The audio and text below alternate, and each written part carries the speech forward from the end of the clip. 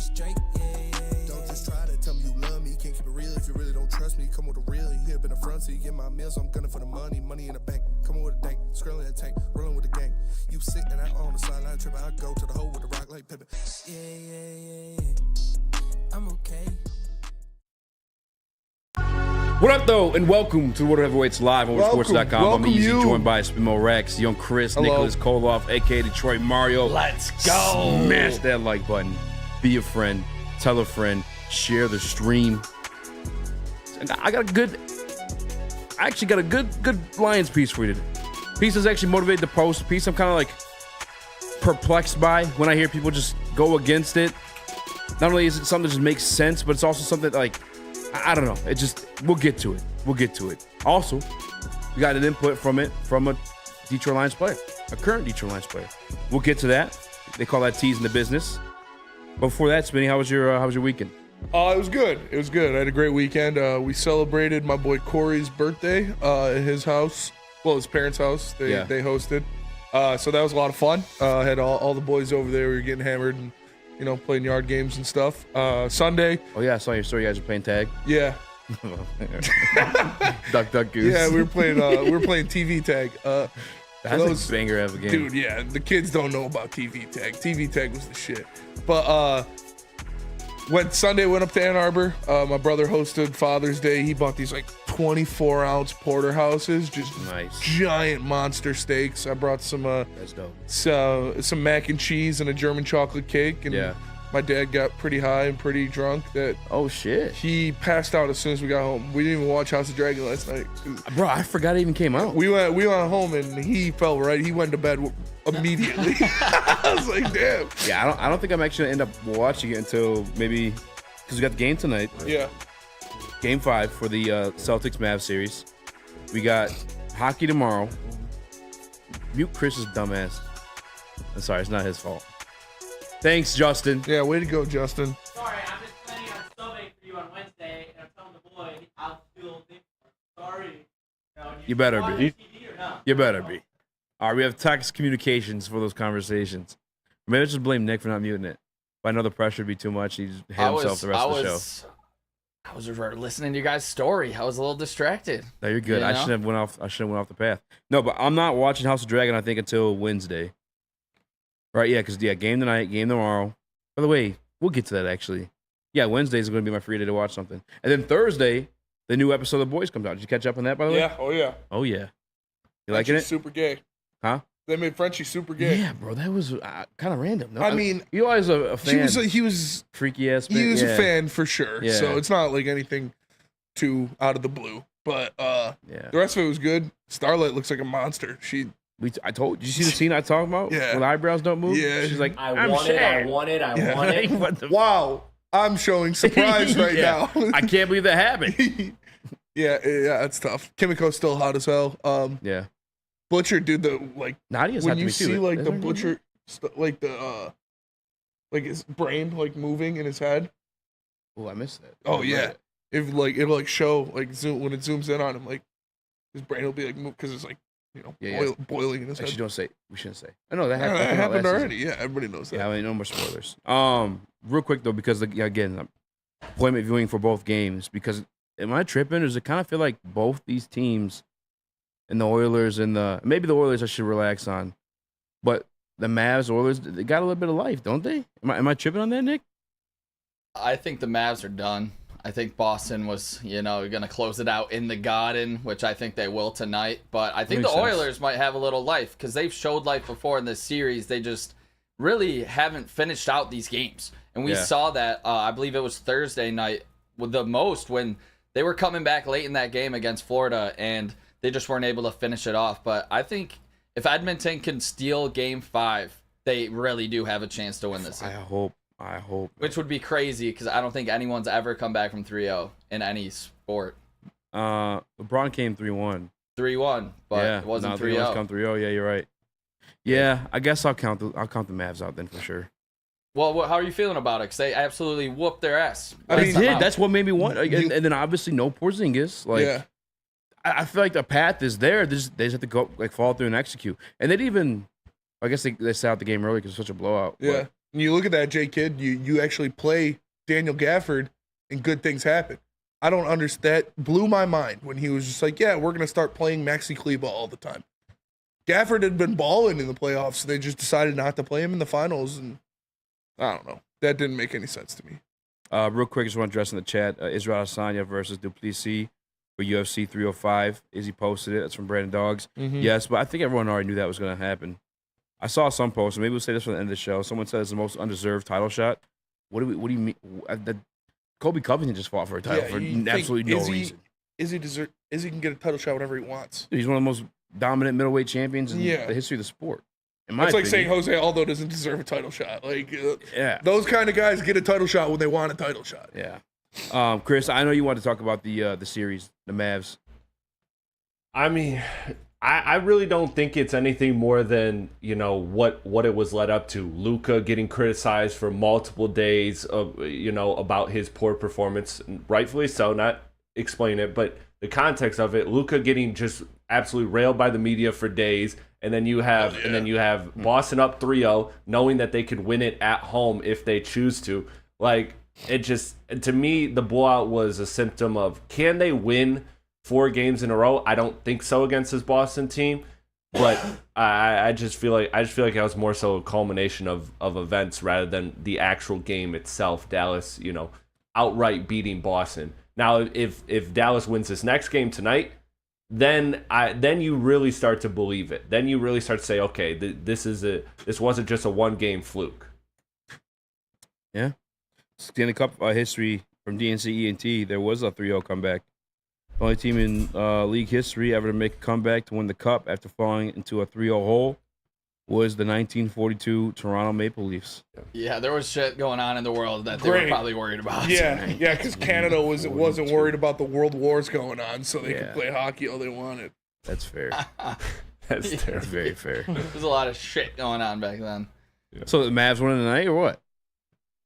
I don't think so, personally. No. I don't think so. I'd like to be wrong, though. I'd love to be wrong. Dude, that is such a Canada fucking thing.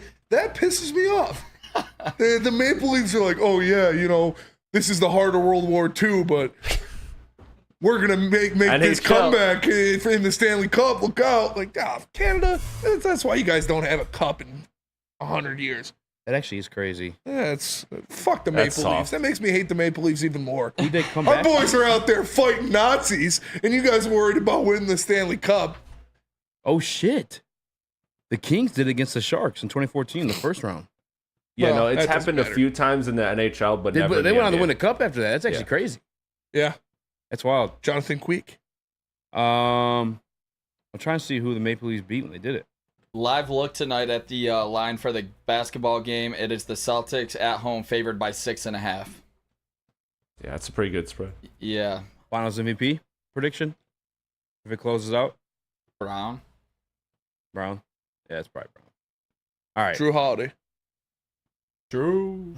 Come on. Derek White. Sam Hauser. Anybody not named Jason Tatum. To be honest, whoever steps up between the 2 or maybe even 3, I'll allow the conversation we had. Probably wins it tonight, no? Whoever helps close it out tonight? Caleb? Yeah. First of all, what's going on, fellas? Sorry I was a little late. Yeah, fuck you for that. Sorry, how's doing Justin show? Shout out Justin. Sorry, fellas. Yeah, this guy. You should just cut his mic. Yeah, we're good. I deserve it. Yeah, fuck I deserve it.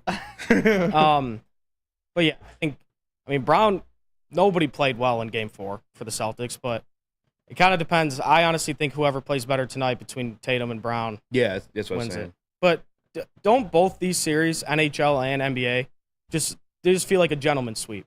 Like Dallas blows out Boston game 4, then Edmonton blows out Florida in game 4. Isn't Florida going back home? Yep. Yeah. Boston going back home. I think both series they're going to win in front of their home fans, and it sucks. It's boring, but I think that's what's going to happen. That's fair. Yeah, it does suck. Who's more likely to do it though?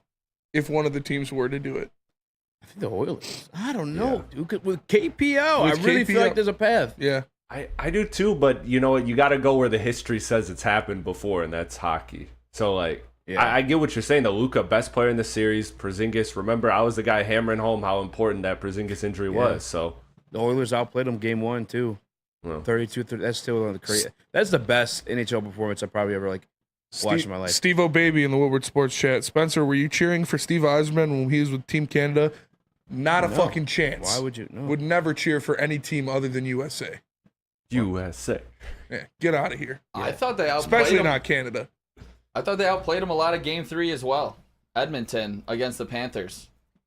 Honestly, like their goalie just made a horrible boneheaded like play on one end. Like it's just the goalies that are the difference, I think, in that series. I ended up from what tapping I've out seen. early in that one for the boys because I didn't think they were gonna make the comeback like they did. I wish I would have stayed watching it. I'll stay watching it tonight. Hockey's like that though. You can't really, especially the fucking game you and I watched. The momentum of hockey is Yes. like That was unlike crazy. any other sport. Listen, Take your eye off for 1 sec, you missed the goal. Yeah, I almost made Nick stay in the bathroom during the Red Wings game. we should. That's what I was gonna say. We should all do exactly what we were doing. Game 4 of the NBA Finals. I didn't watch the game. I was recording the podcast, so I actually missed that game. I had to rewatch it later. I was at a graduation party. Hey, yeah, a couple shout outs real quick. On my bad, Chris. No, that's all I'm saying. Just Okay. do everything that we did so that Dallas wins again. I'm not going to the bar on a Monday. Nah. Can't do it. Shout out my I nephew literally Jerry can't do it. for graduating. Have his graduation party this weekend. Got to turn up with him. That was fun. Shout out my son Bryson. Shout all out. right, on the 2-wheel now. Shout out. Big dog on Big the dog, you know what two-wheel. I'm saying? Yeah. No big deal. No big deal. Shout out his mom, all right, for getting us a Blackstone. Blackstone grew on Father's Day. Oh, Let's hell go. yeah. Lay up, That's you know what I'm fire. saying? Boy about to be chefing up a little bit, though. Dude, you might bring breakfast on that boy. I'm down. You're about to hit another level when it comes to being a dad. That Bro. is some super dad shit. That's like what I learned to cook on, too, because I used to be a dishwasher. Oh, yeah. No free shout out, but shout out Boatyard Grill. Shout out my guy Billy at Boatyard Grill, who fucking taught me how to cook on that motherfucker. The That's flat top, dude. I you can make cook everything. Cook anything on a flat top. everything. You already get I've some. boiled noodles on that bitch before. Let's go. You already get some oil on it. Don't you Yep. have to season them pretty Seasoned good? it. Yep, Let's seasoned go. it. I think I'm gonna season it again tonight. Just because somebody at work told me to do it 7 times. I only did like 4 or 5. Yeah. Yeah. I love, dude. I the amount of nasty things I used to do on the flat top at Coney. Like I was an artist. Freaky ass. Freaky ass flat top, bro. I was an I kind of artist. want to hear some. I was an now. artist of that flat. Just like 7 omelets at the same time with like 2 pounds of hash on one Oh, side, yeah. just going absolutely nuts. Yeah. Because it'd be like when I would open as a manager, I'd go in there, at 5 a.m., start doing the prep, 6 a.m., doors open. We get a call from somebody, oh, we need 7 omelets and 4 big breakfasts to go. I'm like, oh, Yeah. fuck. So I throw it all on there, and then you got the 7 old people that are lining up there, clawing at the door, waiting for it to open, ordering the same thing every morning. So I got to do, it's just me back there. Yeah. Oh, man. One time, me and Mustache, the Mustache was my GM Yeah, I remember. over there, and it was me and him for a lunch rush because our 2 other cooks called off. And so there's 4 stations. There's breakfast to dogs, the grill, boards, and fryers. And me and him were just rotating. Like, I'd do this one, go over there, do that one, and we just, it was insane. It would be in the cooking feats, line cook feats Hall of Fame. I kind of same thing, but because we had a pizza kitchen, and then we had like the flat top, and then sometimes it'd be Kevin, and sometimes it'd be Billy. But Billy taught me everything, so I knew what to do on the flat top. Kevin would just get stressed out and like whiny. He's still my guy. Shout out Kevin. But I had my headphones in. He was like bitching at me, and I was like, "You want to go outside?" I was like 19, trying to fight this grown ass man. I mean, squash it, but that's a very embarrassing moment in my life because Cal, you're a grown ass man. I shouldn't be doing that. To him. I made a grown ass man quit one time, not at Coney, but at Yeah. when I worked at that dealership. Well, Kevin definitely was like, "I'm sorry, man. I'm sorry," but like, probably would have whipped my ass. He's a grown ass man. I was like 19. I gave myself a chance. Yeah, I was probably like 19, 20. He was a grown man, worked at that dealership that I used to work at. I was a porter in the body shop, and I was moving Which cars. one did you work at? The Chrysler Dodge Jeep Ram on 14 in Van Dyke. Was it fun? Yeah, I mean, it was easy as shit. I just read Game of Thrones all day because it was the slowest. They had like a new secretary, so she didn't really know how to do anything. So it was like Yeah. the slowest the body shop had ever been. And I was doing like I pulled the car into a stall and I got out and he like snapped on me. Like he had been yelling at me a couple times. I turned around, I looked at him. Yeah. I was like, "Listen, you're not my boss and you're not my fucking father. So the next time you raise your voice to me, I'm gonna knock your ass out." Yeah. And the next day he quit. I was like, "That's Yeah, fucking there you go. That's right, bitch." I feel like sometimes That's though, a bar. you I gotta like that have one. those moments I like with that. certain people because that sets the standard. You know what I'm Yeah. saying? Like, you and I've been in trouble here, but now we're not asked to do stupid shit Yeah. because we're like, no. Yeah. Like, We're not getting paid to do. No. Yeah. You know, you got to do it sometimes. It's a little risky because obviously you can get fired or things can elevate, but you gotta set your boundaries. Yeah, it's like in prison. Can't let them call you bitch. Can't let them plug you for your food. You gotta fight. Even if you're gonna get your ass kicked. Chris is definitely holding pockets. Oh, all day he's holding pockets. I felt bad last week when I was like, Chris, I already know you haven't fought your brother. Nick, you're holding pockets too. Yeah, Nick's holding pockets. You're too cute to not hold a pocket. Not a chance. Nick's grabbing. Nick's got some crazy. These booth guys will sneak up on you. Don't worry. Well, I mean, maybe you. Actually, we watched the video of you fighting. Let's go to break. We did watch a video of you fighting. Yeah. We should play that. Let's go. Okay, when's the last time you've been in a fist fight? Never. I'm a gentleman. I don't fight. Yeah. There you go. Never need to. Got into a fight at the draft last year. Yeah, we did. 2 years ago. Not proud of that either. Yeah, not proud of that. He was pissed at I me. was so pissed. I was yelling in his face. Lucas came out. He thought I fought easy because I was yelling at him. It was Anson's fault. Yeah. Because I was literally Free trying to Anson. stop the fight the whole time. I turn around. He's in the street with 2 kids. I was like, God damn it. And so I run out there. I had to fucking He swung first. bust some heads. Great to see Anson on the desk today. Great to see Anson on the desk. Free Anson, Anson. yeah, Oh, free Anson. happy birthday, K-Dot, by the way, too. Happy birthday, K-Dot, for sure. Goat. Let me tell you about Planet Fitness. Planet Fitness is the home of the judgment-free zone where anyone, and we mean anyone, can feel comfortable and work on their fitness Kool-Aid on the goals. That's crazy. At Planet Fitness, you'll experience a squeaky clean gym. You look like Tracy Morgan in that book. With tons of equipment, a full-body workout in 30 minutes, and all memberships include fitness training. You get all that for just $10 a month, no commitment. No matter where you are, there's Planet Fitness close by. More than 50 in Metro Detroit and thousands more throughout the world. Planet Fitness, where fitness is essential. Love Woodward Sports? Love wearing clothes? Then you should be wearing Woodward Sports clothes. Check out our full line of merch at woodwardsports.com. Just click on shop. We have all your favorite designs, like Dan Campbell kneecaps, Woodward golf, and of course, our own logoed out merchandise. Men, women, infants, kids all love Woodward Sports. Impress your friends. Impress your boss. Impress your dog. Buy Woodward Sports merch today.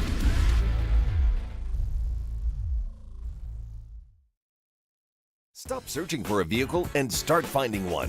Les Stanford Chevrolet Cadillac makes it easy. We harness the power of multiple dealerships and own the biggest selection of GM brands in the area to get you the car you need. With the Les Stanford Group, you'll have access to 4 different dealerships, providing you with more makes, more models, and more choices. We're connected to more than 1,000 vehicles. And with so many high-quality CPO vehicles available, you'll find new car quality at pre-owned prices. You can start and end your search at lesstanford.com today. We don't like to brag that we are the toughest sports network in Detroit, but we do have a guy named Darren McCarty on our side. Woodward Sports. Attention sports fans, don't miss out on expert sports injury insights with Dr. Jeff Pierce of Michigan Sports and Spine Center. Join Dr. Pierce every Tuesday during BDE and every Thursday during Ermanni and Edwards, where he offers top-notch injury advice.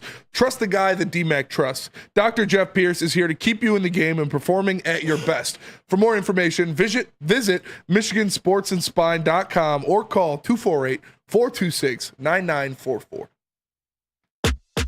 What up, though? Welcome back to World Heavyweights Live on WorldSports.com. I'm Easy, joined by Spinmo Rax, Young Chris, Nicholas Kohloff, a.k.a. Detroit Mario. We got Caleb disrespecting us, coming in all late like you don't give a... Come on.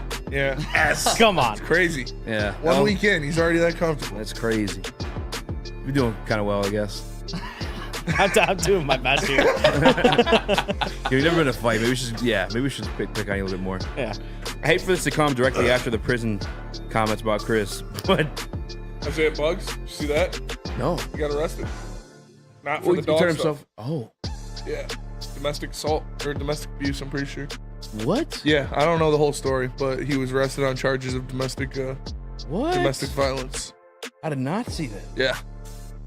For real? Yep. That's crazy. That was it was not for the warrant of, which was a misdemeanor, but still fucked up. He's cooked on the... Yeah. All right, well, we'll get into that later on the show. Moving on, though. Again, hate to be abusing Chris on this. He's the one holding hope for Monty last week, or that he's gone. But we told you immediately after the hiring of Fred Vinson that this guy was staying. The way it came out, it was that he was joining Monty's staff. And then over the weekend, Mark Stein dropped, and he said Monty Williams likely to stay in Detroit. Mm-hmm. He's got 5 years, $80 million left on the deal. It is what it is. He did mention one interesting piece in there, though, that the Lakers were like a leading contender, which I don't believe. To steal him? Yeah. Something I brought up, too. But everyone's rumored to the Lakers. But Monty, if he left here or got fired, I guarantee you, unless everything's all well with his coach, God bless, not his coach, but his wife, he's not going back to coaching. He didn't want to coach in the first place. He tried leaving the game. So I don't think he would have went to LA. But yeah, more likely Monty's here to stay. Mm-hmm. How you guys feel? I mean, I expected this. I did not think he was going to get fired. That's too much of an investment to you making a guy to fire him after one season. I don't know what to think of it because he showed a pitiful coaching season last year with the rotations, with starting Killian Hayes for 40 games. Like, you are trash! It was not great. It was not a great debut season for Monty Williams in Detroit. Hopefully he moves past that. Hopefully Killian Hayes married his daughter so he doesn't have to earn it anymore. I'm just saying, I can't think anything of it. Like, they're still going to be bad. I don't think it's going to make them that much worse to have Monty Williams as their coach. I know people hate because they want to tune in. They only want to hear like good things about their teams.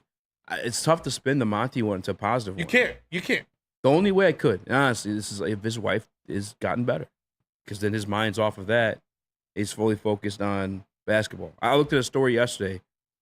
I think his name is Mike Black, this millionaire who intentionally just like restarted in like quarantine or whatever, just to have like the blueprint for other people to make money again. And he was on a steady path. I think he's at like $60,000 before he had to tap out because his dad had cancer.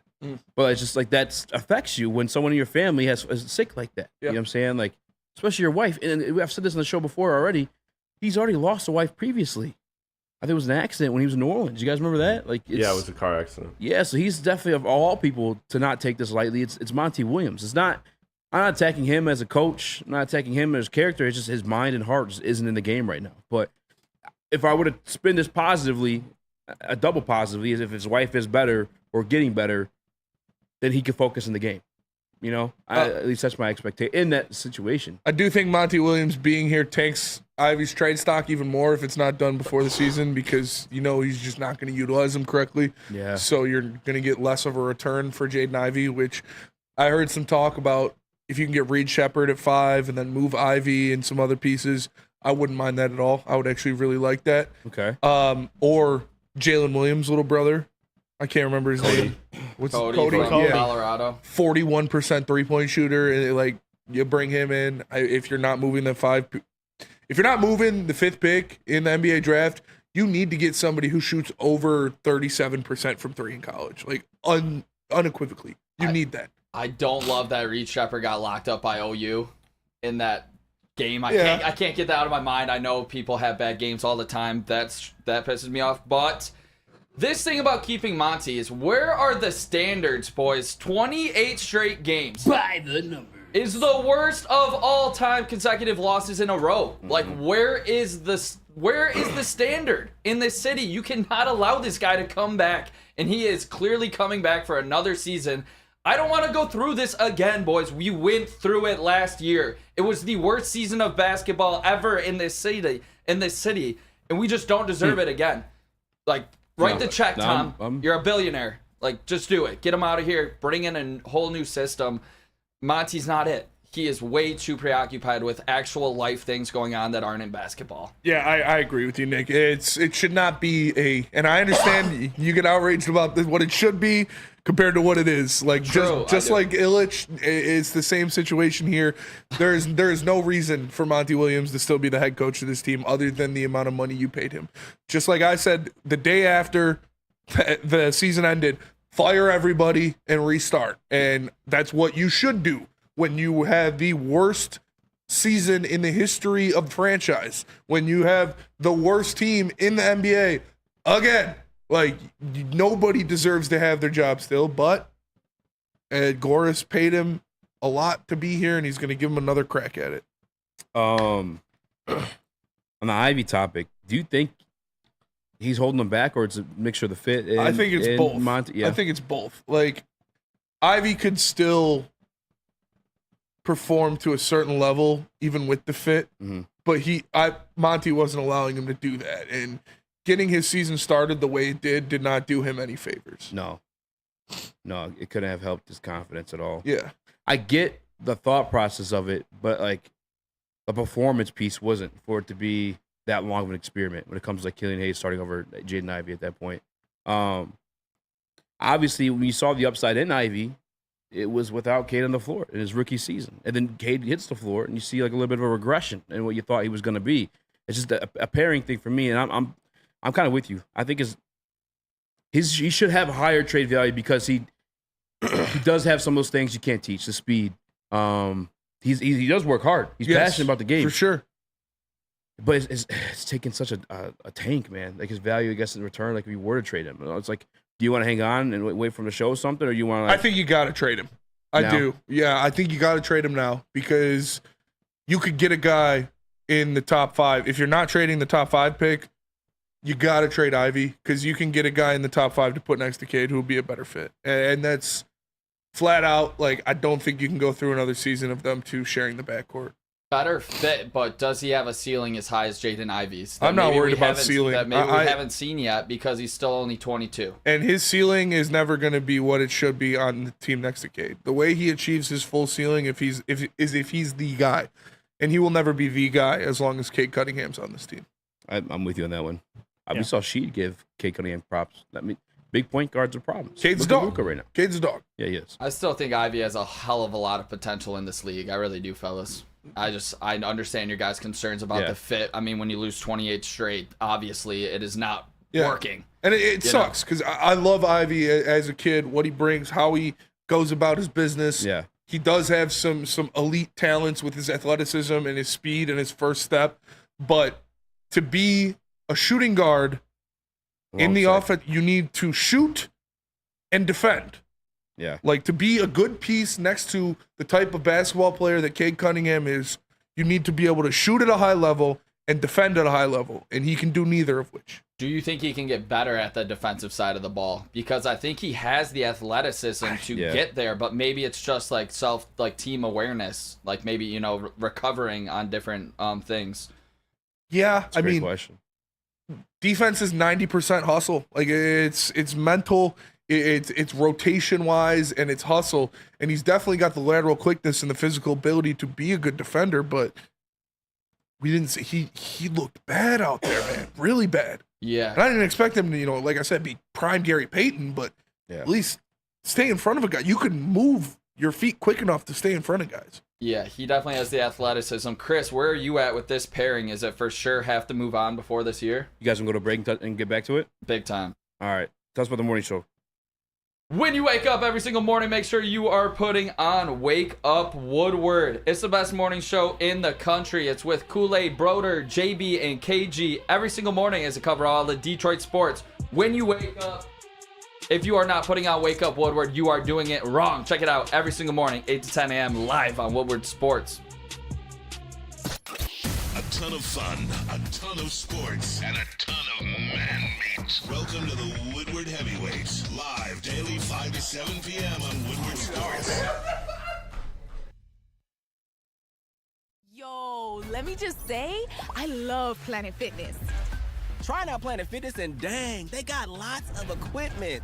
Not me getting a Planet Fitness membership just for the 24-hour perk. Listen, the PF Black Card is worth every penny for this hydro massage. I'm a new man. Did y'all know that the PF app has workouts you can do at home? Cheapest therapy I can find is Planet Fitness. All the benefits, all for less. Planet Fitness, big fitness energy for all. Congratulations to the real coach of the year, Motor City Dan Campbell. Just put your head down and go to work. It's about to be fun, man. It's about to be fun. Woodward Sports. Since 1996, Feldman Automotive has been driven to provide a fast, convenient, and first-class car buying experience called the Feldman Advantage. With 18 locations, there's a Feldman dealership in your backyard. Visit feldmanauto.com to find the location nearest you. And catch Woodward Sports Network live from Feldman Chevrolet of Novi every other Monday. Feldman Chevrolet, Detroit's #1 Chevy dealer. What up, though? Welcome back to World Heavyweights Live, WorldSports.com. I'm Easy, joined by Smo Rex. Hello. Chris, Nicholas Kohloff. Let's go. Detroit Mario. We got Caleb in the building. Caleb, you gotta go to Chris. You were late. Veteran leadership. Yep. He asked you for a break, Chris. Where you at with all this stuff? All right, do you want me to go just skip the Monty part? Skip the Monty part and go to the Ivy? Yeah, it's just is. I mean, touch on it if you got take on it. All I was gonna say was that I was in agreement with you guys. Like I was saying that Monty was likely to come back, but I don't know why you have it framed in here as Chris is silly, but Chris is so silly. But I do. When it comes to Ivy and Cade, yeah. Do you hope this shooting coach can improve Ivy's percentage enough, and Ivy can put enough effort into defense?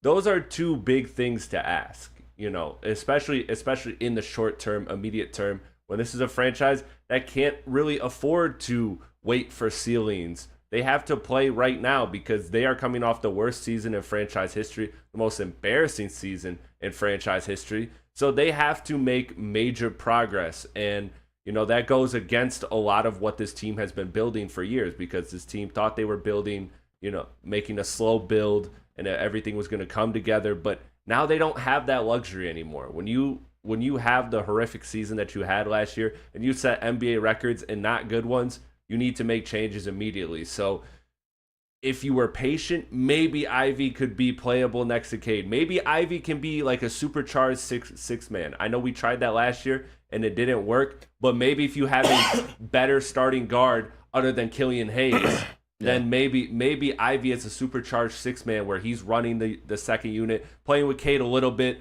but also having his own time.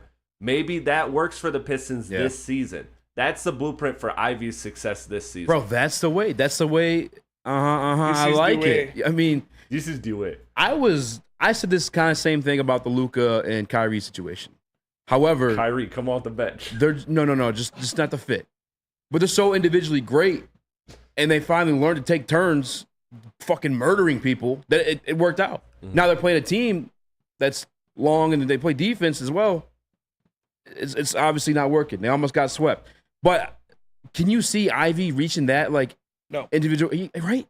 And it's not even a knock on him, but Kyrie is fucking and Luka are at different levels. Generational. Yeah. Possibly the best finisher all time. I mean, is it crazy to say that? I mean, the shit that he does. He has the best handles in the history of the NBA, and he's the best finisher around the rim in the history of the NBA. So to say like you can't parallel Cade and Ivy to Kyrie and Luka, because Kyrie and Luka are so individually great, it's kind of fucking insane to. Maybe Cade probably comes the closest in those comps to a Luka or Jason Tatum with dribbling, but that's it. But yeah. No, but if he comes off the bench, I can see it working because you're forcing that take turn situation. But see, here's the thing that's going to upset a lot of Pistons fans, but it's the truth and the honest truth coming into this season. Should you want Jaden Ivey to be Jordan Clarkson? That's what I'm cool with that. That's what I'm saying. That's a good thing, because think about who Clarkson was in Utah. He played next to Donovan Mitchell, a ball dominant player, but they staggered the minutes to where he had his time. I know everybody wants to look at Jaden Ivey's ceiling of Ja Morant, and while we've all said he has the ceiling of that Westbrook, the Ja Morant, maybe it's not going to be here in Detroit. And so you got to look at him as like a Jordan Clarkson type of player. If he can buy into that, if the organization can buy into that, can supplement pieces that work around that, then yeah, he could be a very good six man. Remember, he loves this city. He really wants to make it work here. And I don't think he wants to be a six man, but maybe if you sell him on this is the long-term plan, we can build the right pieces around, and you can be a very important part of something awesome in Detroit. I think Ivy would actually want that, and I think Pistons fans will be upset with the Jordan Clarkson comp, but you know what? Jordan Clarkson's a damn good player. I was going to say, is it crazy for me to want Jaden Ivey to be Lou Williams? No. That, I feel like that would be the best version, well, not the best version of Jaden Ivey, but the most realistic best version of Jaden Ivey is a guy that would lead that second unit and come off the bench and just, it's your show, kid. Here's the ball. Go crazy. Yeah. I wouldn't hate that, because the fit of him and Cade Cunningham is not great. I always saw a De'Aaron Fox type ceiling with the way he has that burst. And De'Aaron Fox playmaking, is like but, 6'4", though, isn't he? He plays defense too. Yeah, he plays defense, which that's the reason why I asked the defensive potential of Ivy. Like, can he fill into that role? And maybe it's just the young players, like we talked about with Duran, and maybe that's why they lost 28 games straight, because none of these guys played any defense whatsoever as well. So I think we have to focus on defense and shooting. Can Ivy turn into that guy? I don't know. But I guess that's what this coaching staff has to figure out, if he can defend and shoot the three, which he hasn't been able to do great in his career. Weezy so far. D313 says, quote unquote, trade KCP, trade Bruce Brown. That, I mean, I don't know if you're saying like us saying trade Ivy is like that. It's completely different, because those guys would be a perfect fit on this team and a perfect fit for every team that they need. If we could trade Ivy for a couple of those guys and a pick, I would love that. Yeah. I think you just get more out of the trade at this point when it comes to Ivy, because he's just not as effective as he can be on this team right now. At least not in the starting lineup. That's my opinion. I feel like it feels like all of our opinion at this point. I'm glad you guys are finally aboard with that one. But Bruce Brown, KCP, different players as well. And we're also self-admitting that Ivy would be better off on a different team. Yeah. Benjamin Foe says Ivy's ball handle is nowhere near Fox.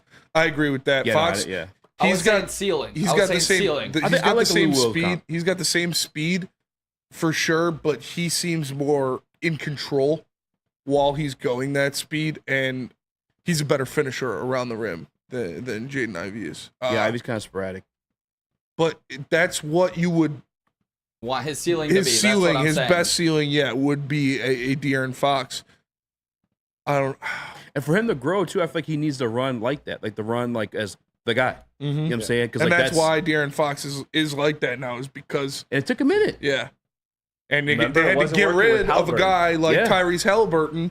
That's because they didn't fit well together. Bingo. That's the perfect example. Yeah. Both those guys individually great. Yeah. They play on the same team. It was kind of leaning like they were doing a little something, but never enough. Yeah. They finally made the trade. Everyone called them stupid, called the Kings dumb for letting go of Halliburton, which, I mean, they maybe probably were. I don't know who.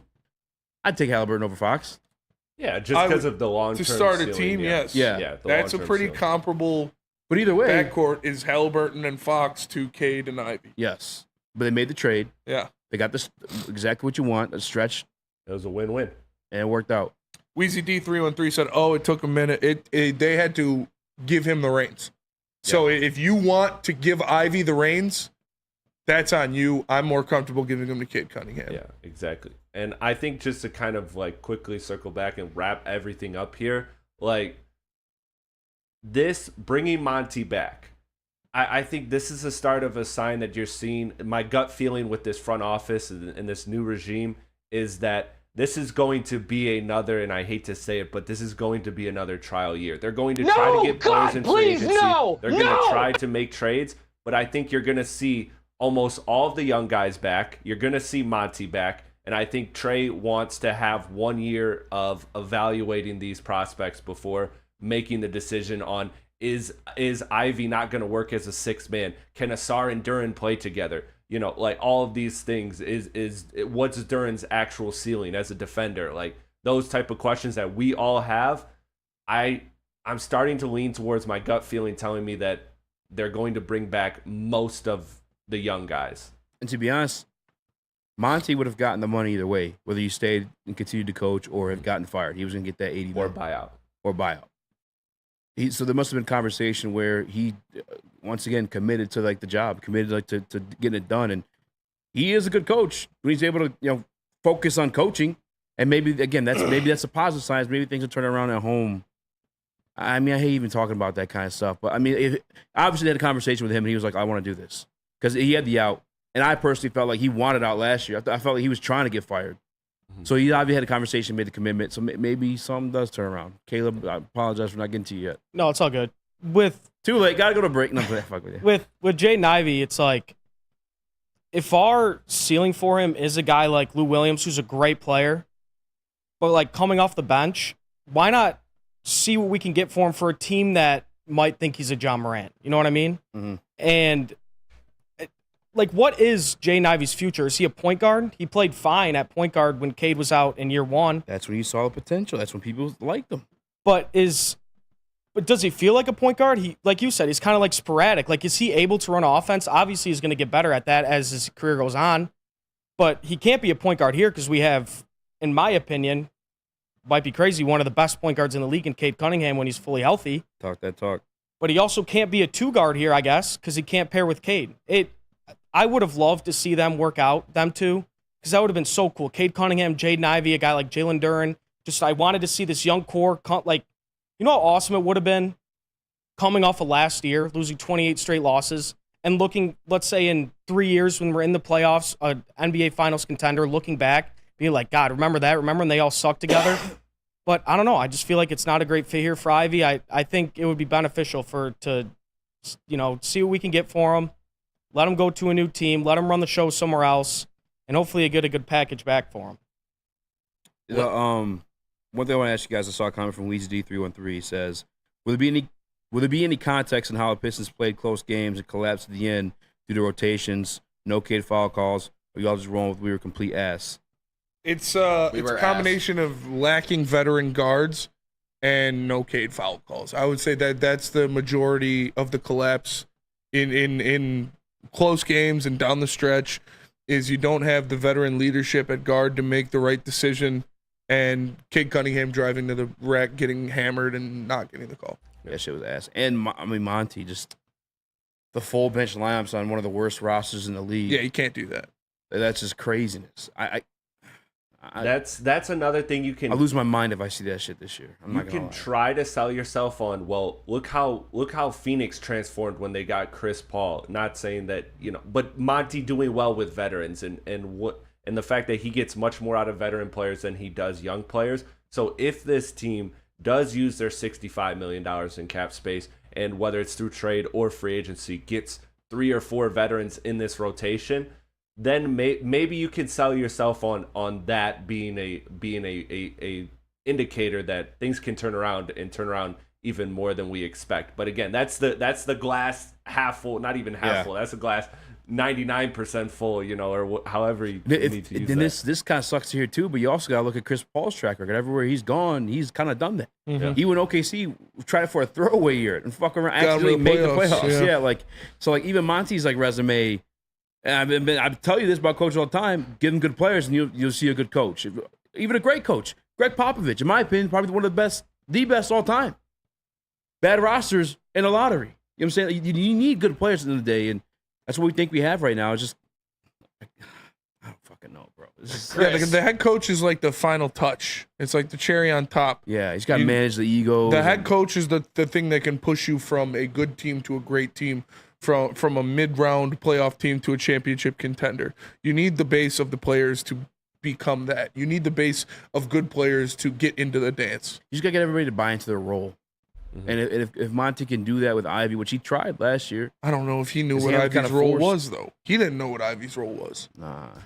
I think he had an idea, though. When you started Killian, and obviously, you have an idea, though, when you started Killian over Ivy in the first place. Yeah, but when you're starting 2 guys at the same time in the NBA that both shoot under 20% from 3, that's not a good recipe for success. No, I know, but I'm saying when he chose to start Killian over Ivy, though. Yeah, no, that's what I'm saying. When your 2 guard and your 3 are both shooting under 20% from 3, that's not a good recipe for success. So if I was Ivy, I'd be looking at that like, this motherfucker doesn't know what he's doing either. Yeah, he's going to get Ivy to buy into maybe that 6-man role. Who knows? Chris, you say that you think that they're going to run this back. That's just kind of what the feeling that you've gotten. Mm-hmm. The fact that this team lost 28 straight, they fire the GM and Troy Weaver, and you do every single thing else the exact same, will blow my mind.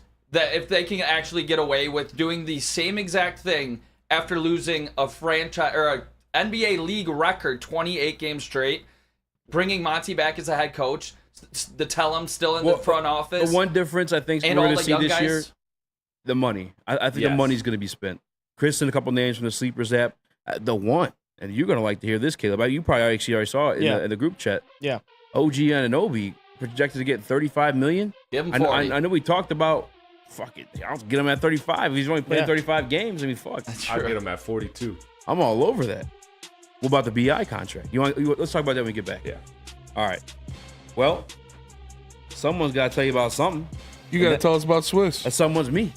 I'm going to tell you about Swiss. Contact my guy Mark today at Swiss Insurance. Make sure those rates are climbing up on you. Make sure the deductibles aren't doing the same. Contact Mark at Swiss today directly. Mark at SwissINS.com. The game is won in the trenches, and our big fellas don't mess around. The Woodward Heavyweights on Woodward Sports. Walk into any Lady Jane's Haircuts for Men for an award-winning haircut experience from one of our talented stylists. Enjoy a precision haircut, hot lather neck shave, scalp and neck massage, and a hot towel treatment to top it off. Enter for your chance to win the $50,000 Perfect Bracket Challenge. With more than 25 Metro Detroit locations, there's always a Lady Jane's near you. Lady Jane's Haircut for Men, open 7 days a week. Walk in anytime. Lady Jane's, it's wicked awesome.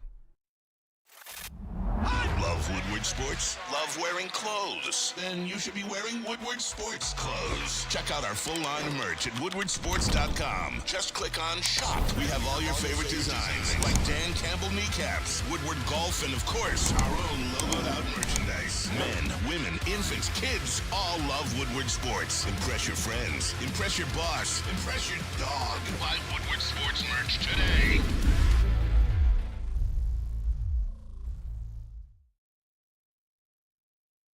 Grab your celebrities and grab your golf clubs. It's the Randy Wise Celebrity Golf Tour. Come on down to Randy Wise for the Celebrity Golf Tour and join Tim McComb of Woodward Sports on the Celebrity Golf Course. Matter of fact, it is honestly the nicest course, one of the nicest courses in Michigan. Oakland Hills. Oakland Hills. Fancy stuff. Come on down. Randy Wise Celebrity Golf Tour. Tim. I need that free if they have it. They don't have it yet. Okay. Well, welcome back to Whatever It's Live on WoodwardSports.com. I'm Easy, joined by Small Rax, Young Chris, Nicholas Kohloff. Let's go. Detroit Mario, a.k.a. the Microwave Man. We got Caleb as well. And Chris, Nick, you actually kind of sent us into another topic, a great one that we should have. And it's, what do we do with free agency? And now we're seeing some numbers come out, or expected numbers. It's not from hokypokey.com. This is from Sleepers. I trust Sleepers. Reports. Yeah, Sleeper Reports. I actually follow them for like anytime there's a new starting lineup when I'm gambling. They got the best fantasy football app in the game too. I like it. Yeah, I love ESPN too. I know beef ESPN. ESPN sucks, dude. ESPN's the worst. Yahoo's the worst. No, Yahoo's better than ESPN. Sucks. I hate Yahoo. Yeah, Yahoo blows. Either way, the names we saw today, they were more so price points. I guess we talked about it before. OG Anunoby, $35 million. How you feeling, Spinny? You only wanted to speak on that one, really, I guess. OG Anunoby, it was like 30-something million, right? Yeah, I'm doing that in a heartbeat for sure. Like today's NBA? Yeah. All day. I respect Sleeper and what they're doing. I don't think that's even close to what he's going to get. I think he's going to get more than that. This is a guy, when he was on the Knicks, when he was healthy, he was their second best player behind Jalen Brunson. Like, this is a guy who shoots at a respectable clip. He's not like Klay Thompson or anything, but he shoots in the mid-30s. He is a stalwart defender, and he can drive and create his own shot. He is a guy who can play anywhere between 2 to 4 on your defense, can guard anywhere between 1 to 5. Like, there aren't many players you could say are actually 1 through 5 defenders, and he is one of them. This is a guy that would fit on any single team. Any team in the NBA could take a guy like OG Anunoby, and he would vastly improve what they can do.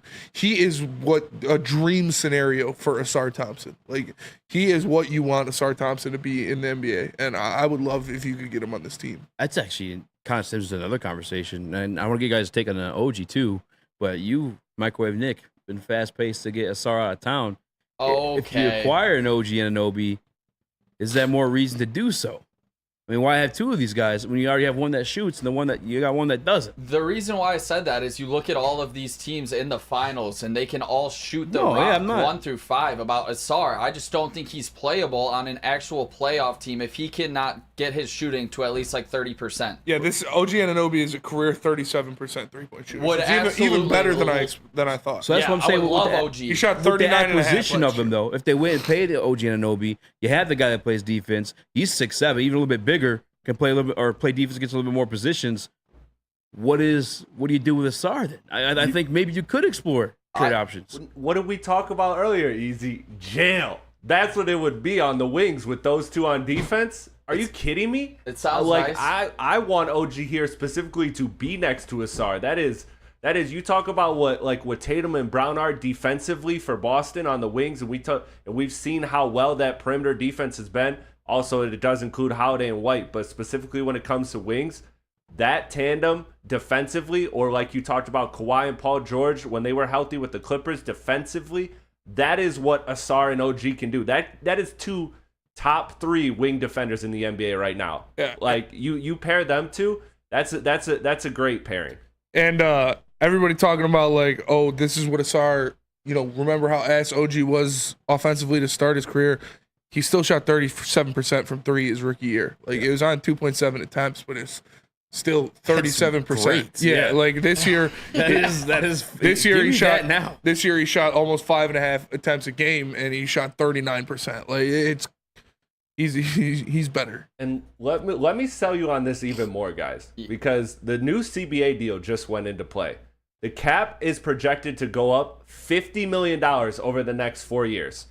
So you are talking at locking in a guy right now at $35 million a year, when the cap will be almost $20 million of an increase from from what that contract is. Like this is the deals that you'll lock up this summer. If it's a guy like OG Anunoby, that's going to be such a good deal. In 2 years, that cap's up $25 million. That's almost all of OG Anunoby's salary just off the cap increase. There's no way he only gets 34.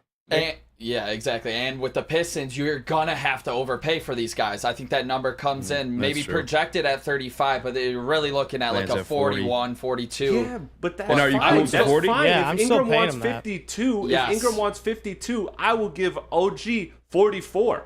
Yeah. Which, by the way, immediately following the finals, Cade will be eligible for his extension. I guess they're doing that now too. Yeah. Which Cade's going to be up 50, Does that not kick in something? until a certain year? Does that cap The hit? following year. Okay. After next year. Yeah, so his extension would happen. So he'd have his rookie year deal this year, and then next year would be his extension. But again, Cade didn't have a lot of accolades due to his injury and all of the Pistons tenure that he's had. So even that max again is going to look like dirt cheap compared to what this NBA salary is going to be. It's projected right now that it'll be almost triple what it is right now in 10 years, the salary cap. Like we're going to see a massive explosion. Now they avoided the 2016 thing where they smoothed it where they just put it all at once. So they're smoothing it over, but it's going to be like a 13 million increase per year. So these type of contracts, if you can get these guys, these good players on long-term deals now, those are going to look like steals. And like Spencer said earlier with OG's a guy that every single team will convince him will want. So say this team doesn't go where you want it to, that contract at that price will always be an asset. Now, I don't know if he's going to leave New York. That's the issue. But if I'm the Pistons right now, I am damn near blank checking him. What do you want? New York can't afford him. They can't. How are they They going have to? his bird rights because of the trade. Yeah. I'd be scared about the Spurs. Because with Wemby on defense already, you think about adding OG to that because I think they have a lot of cap room as well. I'd be worried about him going to San Antonio and doesn't Texas already not have the state income or whatever it is for taxes? no income purposes? tax. They got higher Jesus property Christ. tax, so it's like someone said like it balances out. So does it concern you guys at all that he played in 48 games, 67 games, and 50 games his last 3 years? It definitely concerns me. But if would it's you at still 35, 37, you know what I'm saying? Like if I'm looking at the number that starts with 3, I'm cool with that. I'm so cool with that. 40, I like it a lot less. But I like it a lot. A lot less. But if it starts with a 3, give me that all day. All day in today's NBA, with the type of numbers we're seeing. Now, the number that was kind of high, and I don't know how Nessie felt about it, was Brandon Ingram. I think his came in at 52. Yeah, that's crazy. So the full and that was even like a expected. Like it said that they're not willing to pay him that, so he's probably not going to return as a Pelican. This wasn't like a expected what he's going to sign. This is like, hey, we're not paying you that. That's what he wants. I don't think anybody should pay him that. So what he's pushing for right now is what his max would be given his credentials and success in the NBA. He is eligible for a 4-year, $208 million extension, which is $52 million per year, the average. So, that is way too high for a guy that hasn't made an All-Star game since a global pandemic. Like I don't see it, and he misses a lot of games. His like fair OG share injuries too. Yep. He misses games like and OG to me is a better fit next to Cade Cunningham than Brandon Ingram. Absolutely. I get that Brandon Ingram is a better solo one-on-one isolation player than OG, but OG even showed that in the playoffs. He was actually performing pretty well in isolation. So I like OG way better. It's just the problem is he's represented by CAA, which is like heavily tied with New York, and New York's not probably trading all those assets if they don't know that they're re-signing him. So I don't know that OG is, even though he's technically a free agent, I don't know that he's actually going anywhere. But man, if I'm the Pistons, I throw a number that makes them think. I think that's where you need to go. What's that number for you, Chris? The 43 that you mentioned, or 44? Yeah, I'd go up to like 42. I'd go up to 42 a year for OG. I think that's going to be a steal. Anybody that can shoot and defend is going to be forever useful in the NBA. Even if it's even if injuries be damned, that could be a player that a contender can look at and be like, you know what, I can bring him in as like my seventh guy. If down the line, if that's not working, that is always going to be a tradable contract. That's a damn good player. I would do that every single day of the week. OG, and then again, you're also not trading assets like you would to get Ingram, because not only are you signing Ingram to that $52 million deal, you're also trading the fifth pick, Ivy, whatever it is, to get him. Ingram? I'd rather pay less for OG Anunoby, who fits better. Take those assets, consolidate those assets, use that elsewhere, and whether it's through free agency, through trade, whatever, get more pieces. This team needs more than 2 guys. They need like 4 guys, 5 guys. They need more guys for sure. I would rather have OG than Ingram. That's probably the slam dunk point there, Chris. I forgot. You have to trade for Ingram. Yeah. On top of him, won all that goddamn money. I would love to do that, Chris. You talk about bringing in OG and then trading number 5 into an Ivy or an Asar or a Duran and bringing in another star to pair with a guy like Cade, OG, and then the third player. That sounds pretty damn good going into next season. And this is what I talk about when I want changes to this Pistons team, and that we cannot run it back with the same exact squad, same coach, same front office, basically, besides Troy Weaver. That's music to my ears, Chris. And just real quick before we go to break, because we're kind of up against it, Honolulu Blue BS, setting out blue. Just Honolulu BS. That's Blues Party. You just changed the name? Yeah. Either way, he says, that's stupid. NBA product is terrible compared to the NFL. Why do they make it so much? Do people watch the NBA? It's an international sport. Second biggest global sport in the world. The NFL is trying to break into Germany just now. They've been trying to break into London. NBA's been open to the largest market in China with Yao Ming. I mean, we talk about Fettuccine on the Pistons right now. Mm-hmm. Wemby's from France.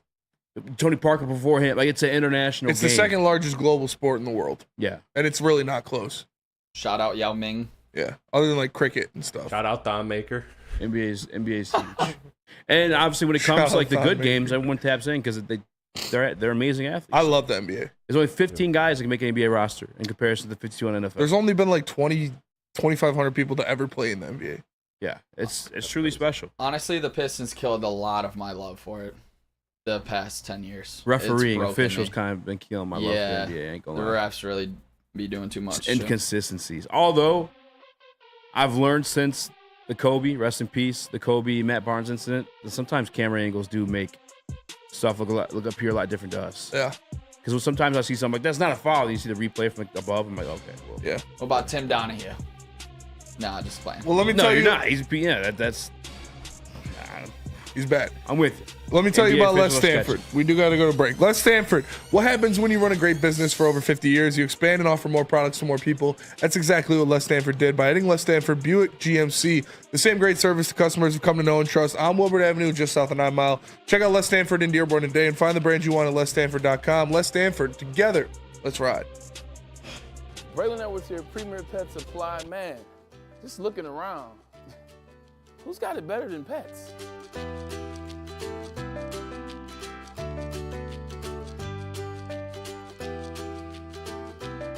Come on, a baby stroller for Coda?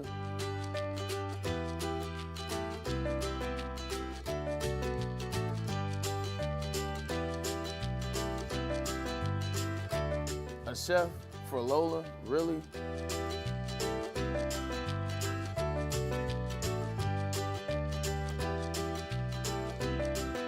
You don't have to tell me who the real boss here is. Who's got it better than pets? Nobody, especially here at Premier Pet Supply. For over 30 years and more than 13 locations, Premier Pet Supply has everything that your pet can dream of, and guess what? It's all under one roof. Premier Pet Supply, family owned, operated, and proud to call Metro Detroit home. Check out premierpetsupply.com or scan the QR code today. Who's got it better than pets? Nobody! Is that an octopus in your pants, or are you just happy to see me? See what I did there? Go Red Wings! From Octopi Experts, Woodward Sports. Kentucky's Crispy Chicken and Pizza is taking over Metro Detroit. Locations are popping up all over Michigan, doubling their number of restaurants this year, known for their quality hand-battered, hand-breaded chicken tenders, delicious chicken sandwiches, and New York-style pizza. Be sure to stop in and try to make a station near you, or go to Sorokis.com to get something for yourself. In that DB room, but like with Branch, his versatility, can you help people understand through a couple examples of how versatile this guy is? Yeah, I mean, he can play press man, he can play zone, he can, a lot of the times we just let him kind of just be a bonus hook player and, say, hey, bro, just go make a play.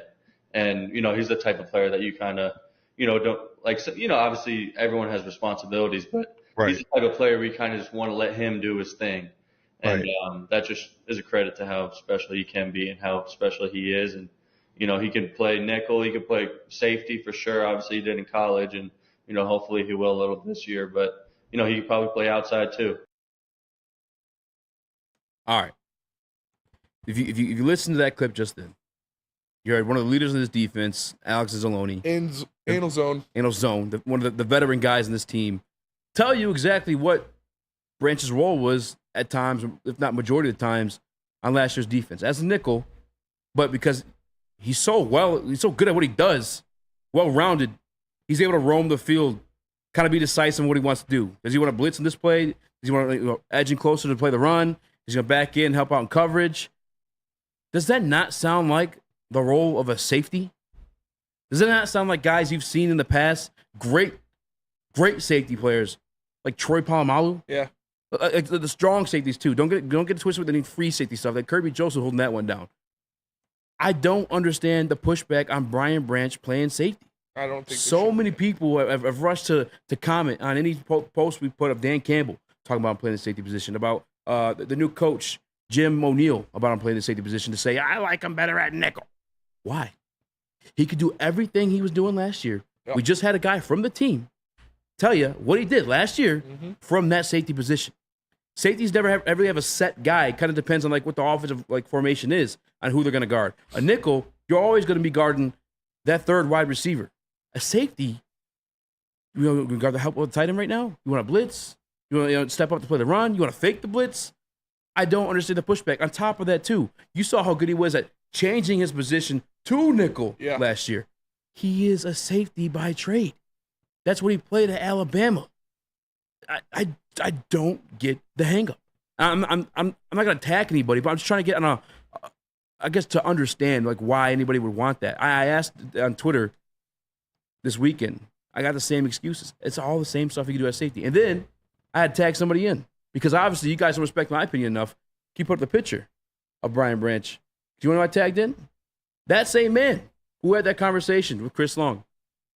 He says, because you want your best players on the field at all times. Quote, Alex Anzalone. Because I asked him, what is there a reason why we should be no. You want your best players on the field. I am kind of going to attack some people here. I think if you're just so obtuse to him playing safety, you just don't know what you're talking about. You should want Brian Branch to play safety. That means he's going to be on the field for the majority of the defensive snaps. Yes. And that's what you need because he was a top 3 defensive player on this team last year as a rookie. You want him on the field as much as possible. Kyle Shanahan, one of the best offensive minds, if not the best offensive mind in football right now, literally said post-game, we had to change our game plan a little bit and did a lot of heavy sets so Brian Branch would be off the field. Yep. By name, Brian Branch, so he wouldn't be out there because of how much a menace he is in breaking up plays and making things happen. You know when he'd still be on the field if they did heavy sets? Is if he was playing safety. So you should want him at safety. That would get him more snaps. That would get him on the field more, allow him to get his hands into more plays and make things happen. This is a guy who is the pinnacle of versatility when it comes to the defensive backfield. He can play nickel. He can play outside, like Anzalone just said. He can play safety. You should want him to play safety more because that means he's on the field more. Yes. That's exactly. I mean, you pointed out there. The San Francisco 49ers with heavy personnel to purposely have Brian Branch off the field. You want Brian Branch in the field. If there's any legitimate argument to having him play nickel over safety, it's only because of the emergence of Afonso Melifonwu, who was also a dog at safety. So if you're talking about having your best players in the field at all times, well, then that would make sense to have Iffy at safety and then Branch at nickel. But the thing is, as we just discussed, if an offense is coming out there with the big bodies, Branch is going to be on the field. It's going to be a linebacking set. Unless you want to play Branch at linebacker, which I'm here for that too, by the way. I'm not opposed. Would not be opposed to that. Not opposed. I mean, they did talk about it recently, and obviously it didn't come to fruition, but you got guys like JOK over there in Cleveland, kind of undersized guy, but he plays in the linebacker position because he is versatile. He does it really well. But they're having the same conversation now about, I'm so bad with names. The guy that's with the Jets.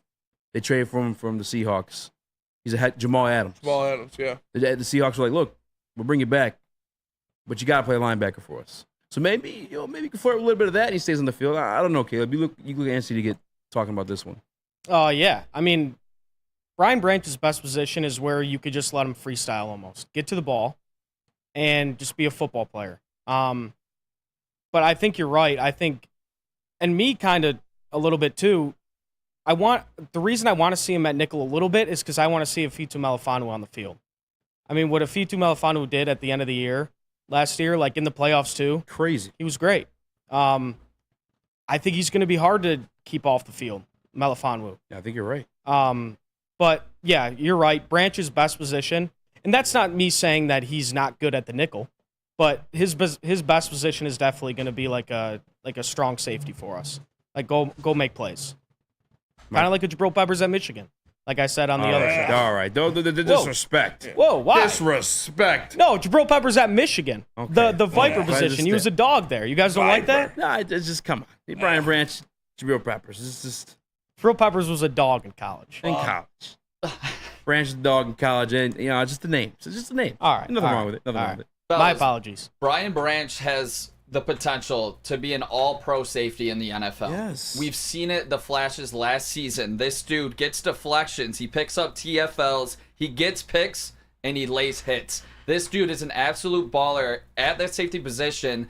I think any chance you can get this guy on the field more, and if he does get all the snaps this year and he doesn't get taken off the field, I think he will flirt with top-of-the-line numbers when it comes to all of those categories at safety, especially with the upgrades that this defense has made, where you can just allow him to be that playmaker and then come up. He makes massive hits in the backfield. I think we'll see that this season again, and I think for his whole entire career. I think this dude is an absolute weapon to have back there, and we're lucky to have him. And again, I'm trying to do this without being disrespectful, because the people who I've heard this from, some of our people I do respect, but like, here's Andrew Jones. I think I lost a comment here somewhere, but the same thing. I just think he's best at nickel.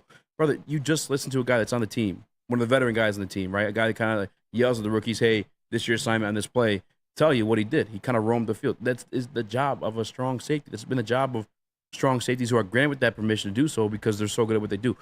Everything he does at nickel, he can give you at safety. I guess that's just where I'm lost. And this is camp, and obviously, and not even training camp. This is mini camp, right? But like the reports of the mini camp about Meek Robinson at that nickel spot, just in coverage, have been phenomenal. And you got to think of it too. Like he's going against an offense that's in like year 3 of that installation with a quarterback that you guys are calling top 5. For him to play well against that, Meek's been holding it down at the nickel spot too. I hate to do this, but I don't hate to do this. The Michigan slappies in the comments going way too hard. I forget who said it. Brandon Doggs, Jabril Peppers was way better than Branch in college. Stop. Jabril Peppers' best year in college, 72 total tackles, 16 tackles for loss, 4 sacks, 1 interception. Brian Branch's best year in college, 90 total tackles, 14 for loss, 3 sacks, 2 interceptions. So pretty damn similar. Brian Branch has more tackles and more interceptions. Jabril Peppers had 1 more sack and 2 more tackles for loss. And Broder, I love you. Jabril Peppers is nowhere near a top 4 safety in the NFL. No. What? Yeah, he said... He's joking. He's trolling. Said, Caleb, don't you dare apologize for the Jabril Peppers take. Dude is a dog and is now a top 4 safety in the NFL. He's trolling. Yeah, he's trolling. Right? Yeah. Michigan guy? I just hope so.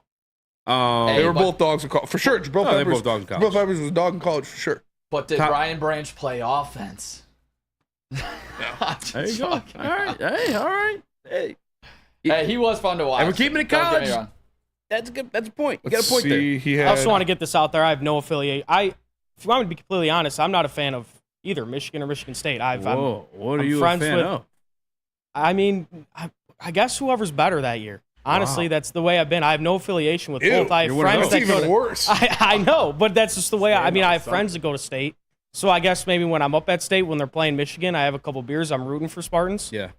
But, yeah, no affiliation there. Don't tell me, Zero. Caleb, you're a Texas fan, aren't you? Yep, Texas, Alabama. Oh, stop it. I was playing, are you?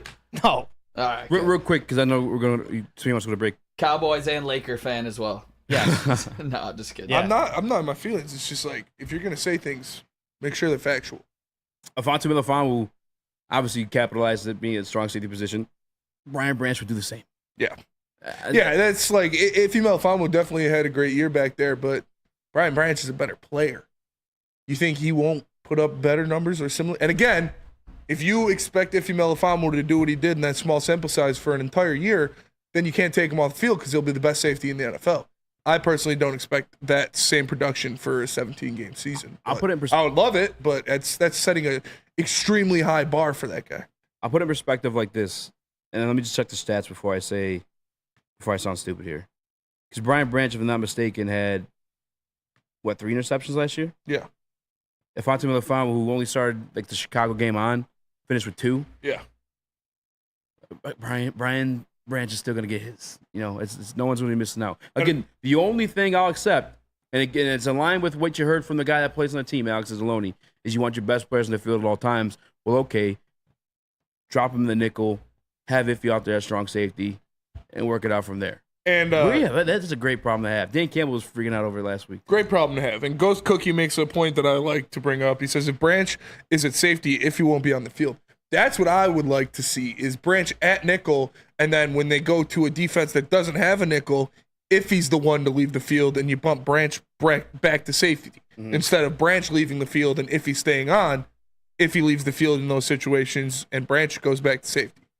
But while you're doing your 4 or 5 defensive back set, you can still keep Branch at nickel. And defensive Andrew Unless Jones, you want to Meek Robertson at nickel. And because I haven't seen his comment yet, and obviously I don't think he's calling in, but in defense of Andrew Jones, he did say something along those lines. It's just when people say he's best at nickel, I can't get with that yet. Yeah. Just not yet. Because he can do everything. You heard what he did at nickel. He can do all that at safety too. Mm-hmm. But we're up against it. Obviously, continue the conversation if you'd like when we get back. But not before we tell you about Lady Jane's. Awesome is when a guy can be a guy and get an amazing haircut. That's Lady Jane's Haircuts for men. Stop in, sit back, relax, and let one of Lady Jane's talented stylists make you look and feel great. Walk in anytime, 7 days a week. Lady Jane's, it's wicked awesome. Thank you to the Detroit Lions and Sheila Hamm for the best season in Lions history. Now it's time to let Brad Holmes cook. Woodward Sports.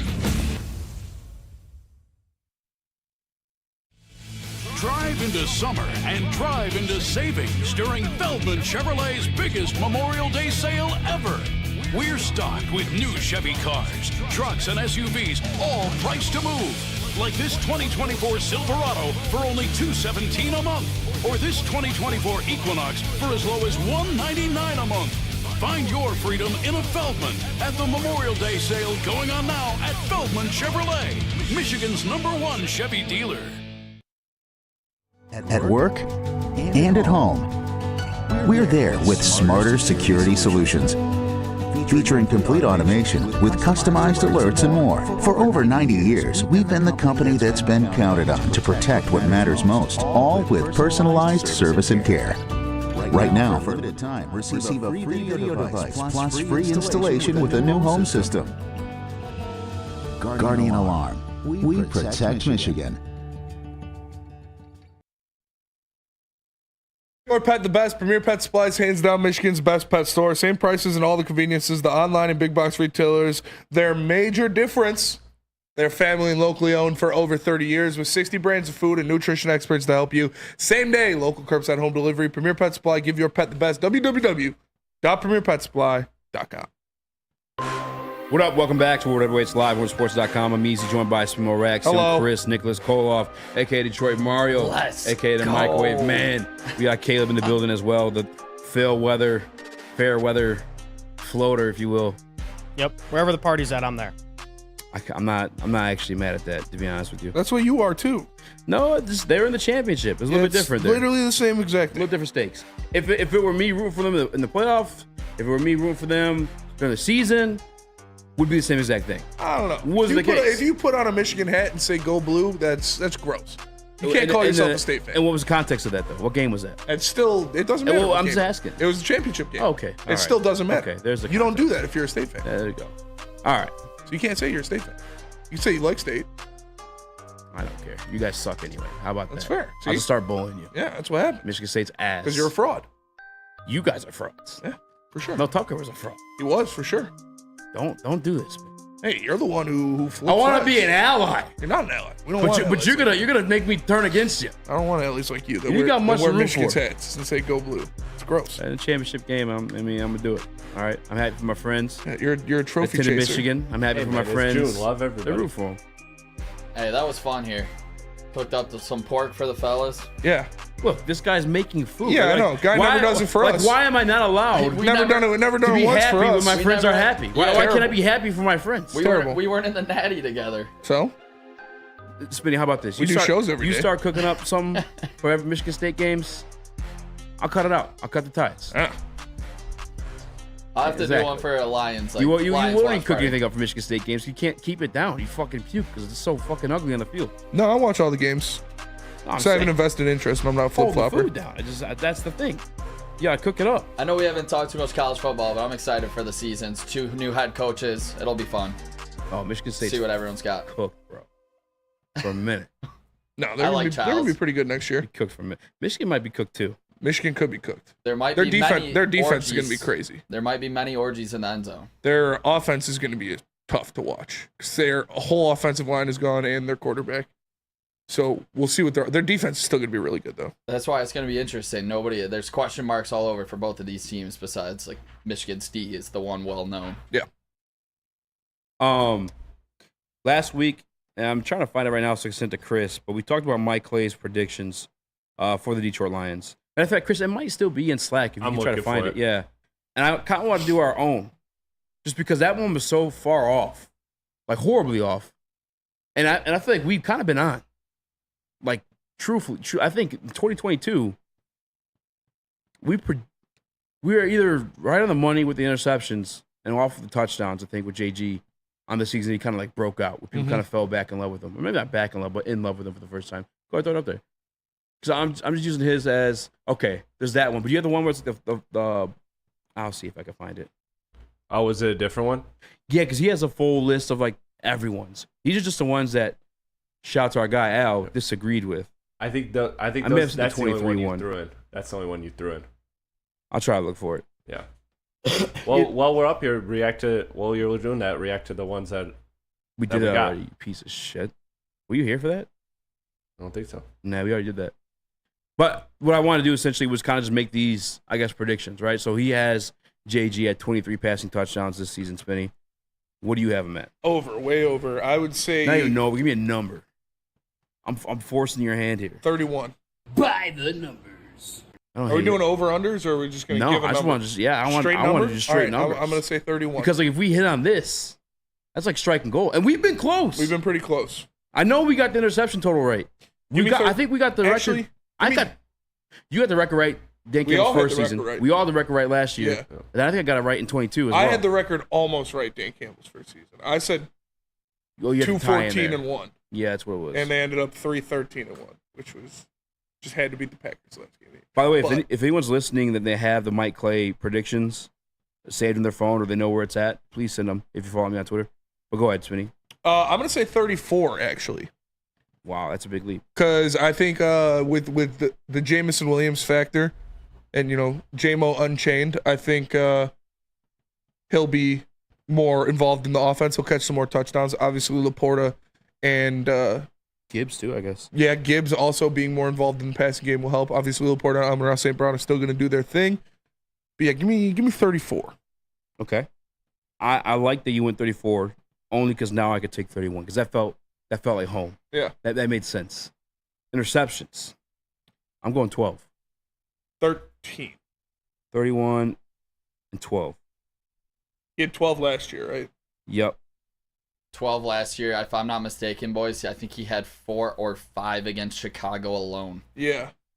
I'll say 10. I kind of want to bump the interceptions up a little bit more because I think they're going to be playing downfield more, too. I like that. I'll say 13. Ooh, yeah, that's a great point. Taking some more risks. Maybe I jump up.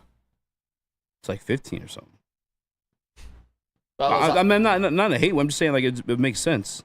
I think I could also see third year in Ben Johnson's offense where he is just completely on the same page with these receivers. Maybe he doesn't. I don't see him getting as many interceptions this season, being in the third year in the system. A lot of the smooth audibles, I think that he'll be able to call on some option routes in the middle. I got him at 32-8, fellas. 8 picks. Oh, wow.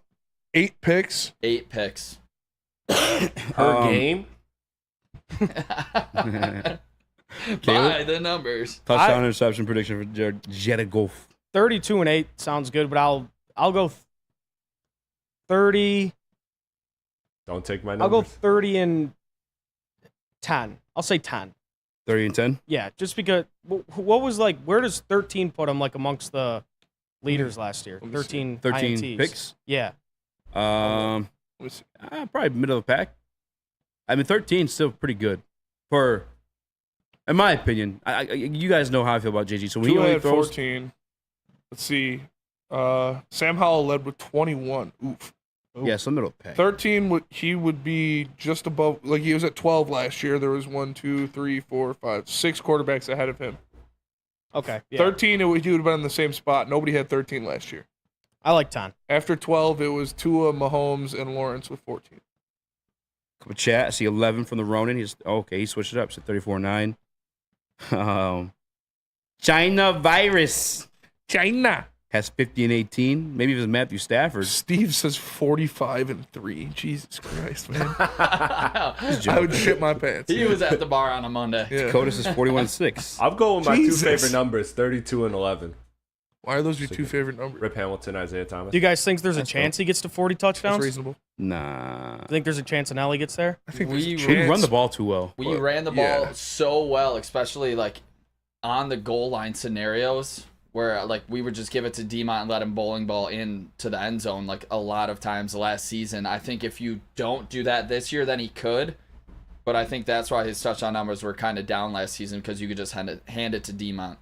And I feel like, and obviously J-Mo had the 1 touchdown. He actually, maybe could. I was just say I feel like Josh Reynolds was a great red zone target for JG last year. Mm-hmm. He had a lot of those like back of the end zone throws where he's just climbing up to grab it. And I was gonna say I don't know if I can see J-Mo doing that, but he did have one of those against the San Fran. Yeah. So and that's tough for defense as well. So, you got to figure too. Gibby's got to get a couple, 1 or 2 off a screen. Yeah. 40's a lot though. 40's a lot. I mean, I guess it's not out of the question. I just think in red zone situations we'll be running the ball. Somebody asked about James Houston, and I did find it. I didn't send it to Chris. Let me see. James Houston's sack totals, according to Mike Clay. I don't give a shit about Mike Clay, dude. I know, but I'm just giving you like a standard, I guess. Or if you don't give a shit, just give me a number. James Houston, how many sacks? 6.5. 6.5? Yeah. Don't hate it. Are you curious when Mike Clay had him? No. I guarantee it's like 4.5. 4. 3.9. Bang! And it goes. James Houston, I'm going to go. I like that. 7. 6.5, if you will. I said 8.5. 8.5. I'm in on that. I think if they're a top 10, a top 10 defense or right around there, I think it's because Houston's getting more than 7 or more. Yeah. By the way, if this is kind of like the JG rankings, right? Anywhere from 8 to 12 with Houston and sacks, I'm feeling great. It makes sense to me. I That'd can be make great. sense of it. Anywhere from 7 to 12 because I said 7. So how about Marcus Davenport? 3.6. I'll take 10 on the dot for Houston too, just to get it out there. Okay. 7.5 for Davenport. Damn, son. So I'm you got gonna- 8 of the 18. No. Houston was 7. He said 6.5. And Davenport was 7.5. Yeah, well, I don't have 8, and I don't have 18 for 8. I thought you had 17. You had something crazy. I said I would love 17.5, but I'm pretty sure I heard you say. we didn't do it yet. No, but I'm saying in the past. Yeah, So I expect Aiden Hutchinson to have 17.5 would be the nice spot. Yeah, but I'm not. If we're putting it on wax, I'm not gonna say 17. 50 11 times. You said he gonna do it. I'll say 16. 50 11 times. Yeah, okay. And that's only one behind Charlie Betts. I know his name's not Charlie. Matthew Betts. Matthew Betts at 20. 20.5. Lock it. I'll be reasonable. 19.5. We'll get him in. We'll get him in. But not before I tell you guys about KDK Law. Because if you got it in, you have a kid, deal with some custody issues, they got your back. All right. You deal with divorce, child custody, visitation, or other family law issues, Kevin and Catherine at KDK Law in Birmingham will have your back. 10 plus years of experience and 24/7 availability. Just scan the QR code above my head right here or call directly at 248-971-0476. No shame in getting the job done, guys. It's your family. Do what you got to do to make sure they're happy. It's 248-971-0476. And tell them the Woodward Heavyweight sent you, and they will pay your filing fee. KDK Law, they got your back like chiropractic. Congratulations to the real Coach of the Year, Motor City Dan Campbell. Just put your head down and go to work. It's about to be fun, man. It's about to be fun. Woodward Sports. So just to get the heated steering wheel, I also had the spring for the bigger rims. Yeah, that's how they get you. Those upgrades are costing on like every time. Hey, new car crew, how'd it go this weekend? I got a great deal on mine. How? I went to Randy Wise, not those other guys. They got me in a great new ride, and they didn't break my budget. Did you pass me the sugar? How? Never mind. He made the wise choice. Yep. Make the wise choice at RandyWiseChevy.com. We don't like to brag that we are the toughest sports network in Detroit, but we do have a guy named Darren McCarty on our side. Woodward Sports.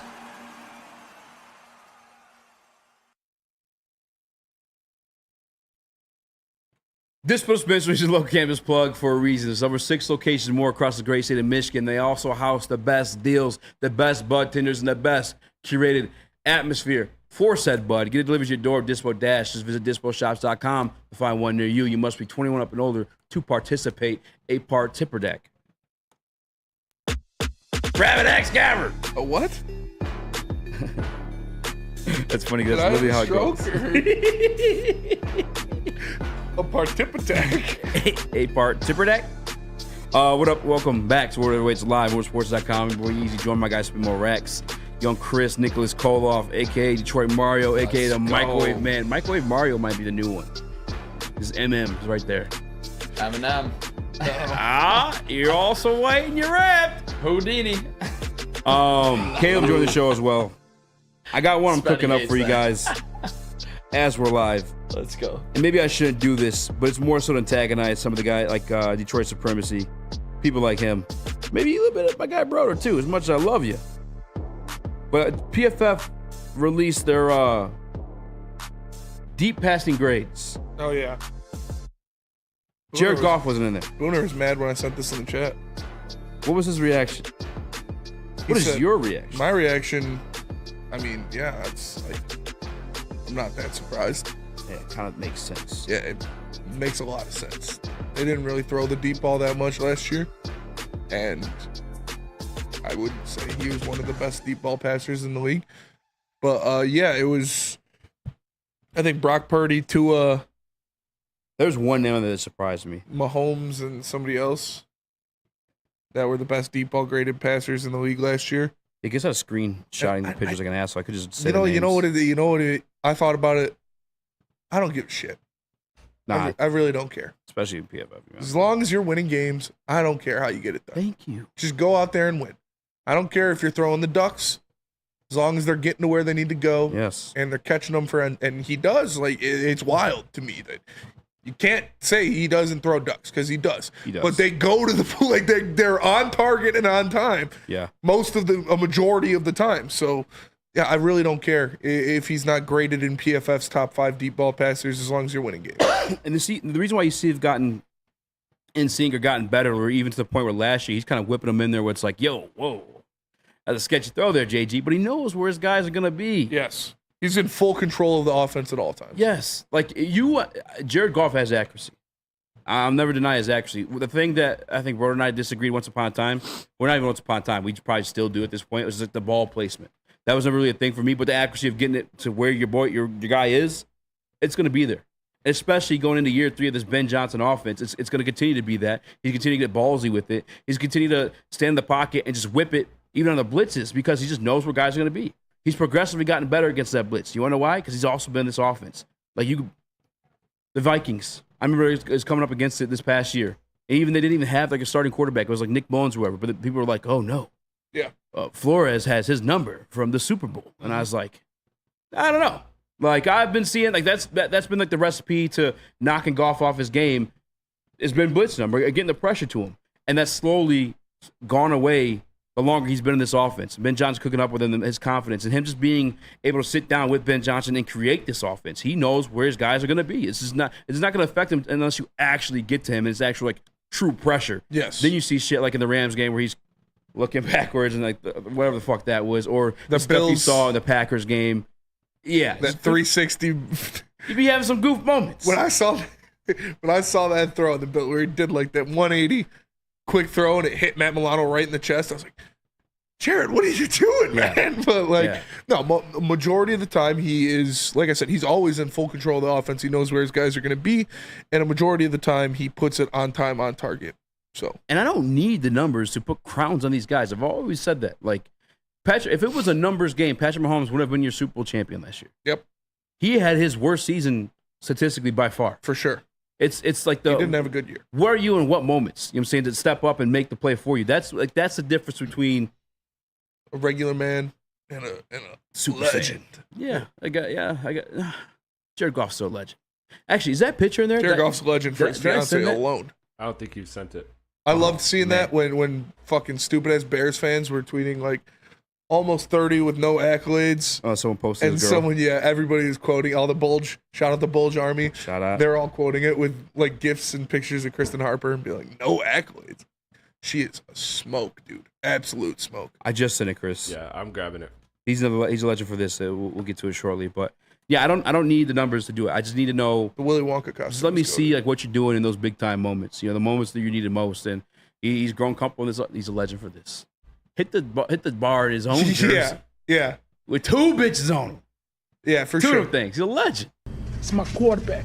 Like I said, I've never really had beef with JG. It's just more so the people that kind of going crazy with it. Yeah. Goff. I feel like Goff would be a fun guy to party with. Dude, he's so chill. Because I feel like he's super chill, but I feel like he says some funny shit like all the time.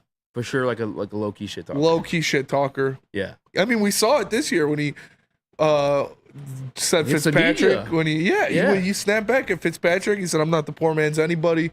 When he said to Wojo, when Wojo was like, "Yeah, but some people don't see them elite," he's like, never mind. Yeah. Like he's funny and he seems a lot more comfortable.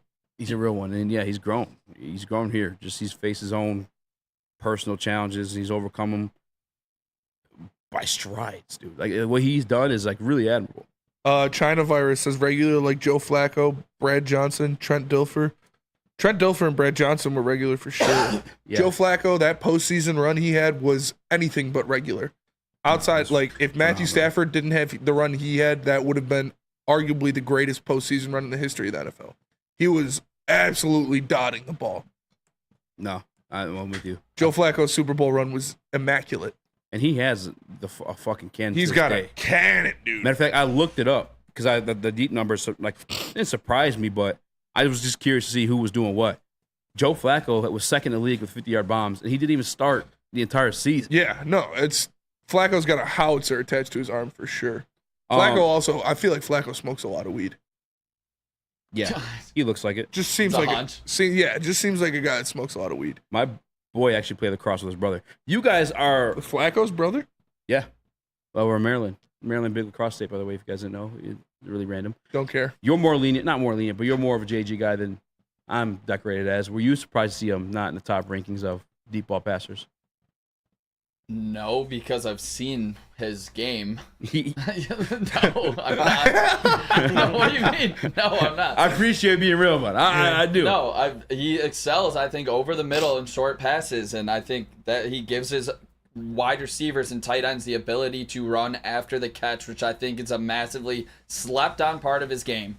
You think about the Yak King and St. Brown. You think about Sam Laporta. You think about, maybe even Jahmyr Gibbs, a running back coming out this season. He'll pick up a lot of yards, putting his receivers in good spots where, A, they don't get hurt, and B, they can run after the catch. And I think that's a slept-on part about Jared Goff's game. Keys, notorious gawker, makes a great point. What do you say? He says Goff's style of play is, all right, this part I wouldn't agree with, but is the very best in the NFL. Get that out of here. But Goff's style of play to remain healthy and be around when it comes to the playoffs, the mobile guys all, pettered out with the bad play style. For sure, he does not take the hits. He's got great offensive line. Great offensive line, that definitely helps. But yeah, his play style is not physically taxing. Like, he's taking the checkdowns. He's taking the over the middle throws. He plays within the system, and that definitely helps his availability when it comes down to late season games. Caleb? Yeah, I'll defend JG until I die, but like when it comes to like stuff like deep ball passing, I mean, that's not, like, if you're just a fan and football, you're gonna say, yeah, he wasn't the best deep ball passer in the league last year, but that is definitely something he has to improve on, because now we're going to unleash J-Mo next year. DPJ could be a deep ball guy. Same with Khalif Raymond. So, yeah, when you said earlier, Spencer, that the interceptions might be up because he might be throwing downfield a little bit more, definitely I'm not mad. that. I think both are going to be. I think the touchdowns and the interceptions are going to be up because he's going to be taking shots down the field. Yeah, more. Which I like. I mean, he has a little more confidence. And when you have a guy like J-Mo, I mean, you have to use him that way. So I didn't expect this, and maybe I should look at the chat more, but I'm in a room full of realists. I expected somebody to be surprised from this. You guys aren't. Nick had the perfect reaction to it. Yeah, I watch him play. Yeah. He's not a deep ball specialist. It's not like his bread and butter. Yeah, it's not. Just when it comes to like interceptions next season, only having 3 games outside, one of them being San Francisco late in the season, do you guys think that helps when it keeps his interception numbers down? Because we've seen him excel in those perfect elements. Yes. It definitely helps. Yeah. No, he's clean. Like, if he is, again, this is the thing about him. I say this about Mina Kimes. She did that podcast with Nate Tice. She said it perfectly. The tier of quarterbacks that she had, Goff and Tua and Purdy, it was the Shanahan something. Was it the Shanahan runway or something like that? Because these guys are all kind of like insulated with like great offenses, and when everything's going good, they'll fucking dot you to death, and they're gonna get W's and take you to the playoffs and win playoff games. And just him being outside only 2 times next year, yeah, you're gonna see the best of Goff all year. All year. To that point, do you think that we'll be able to actually see him hit on those 40-yard balls down the like right sideline?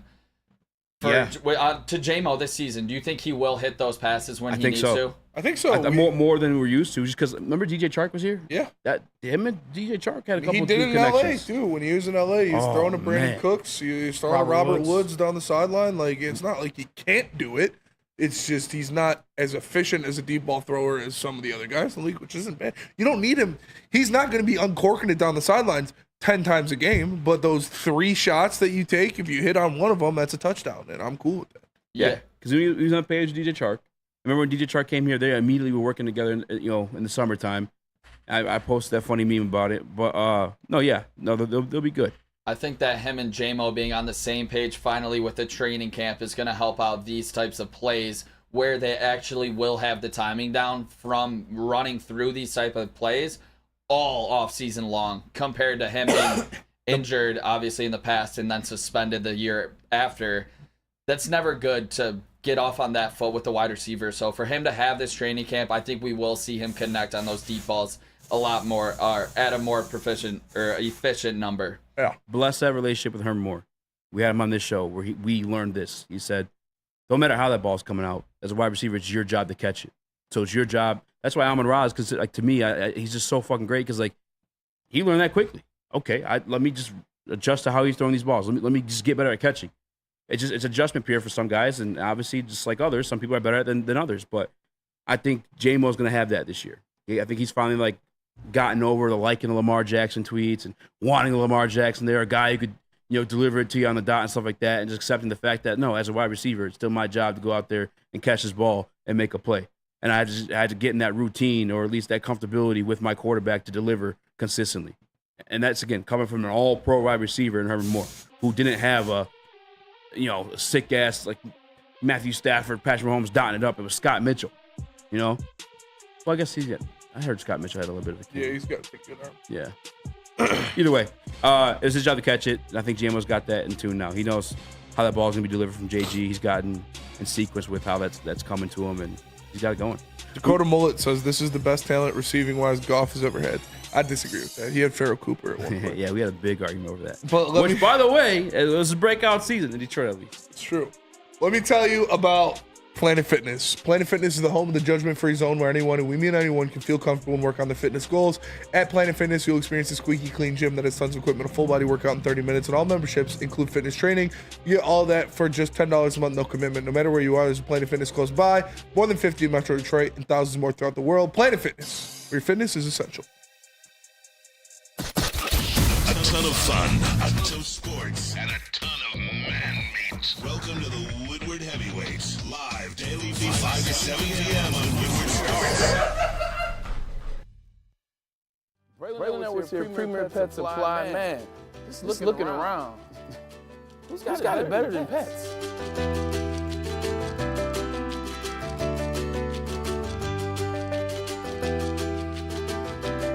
Come on, a baby stroller for Coda.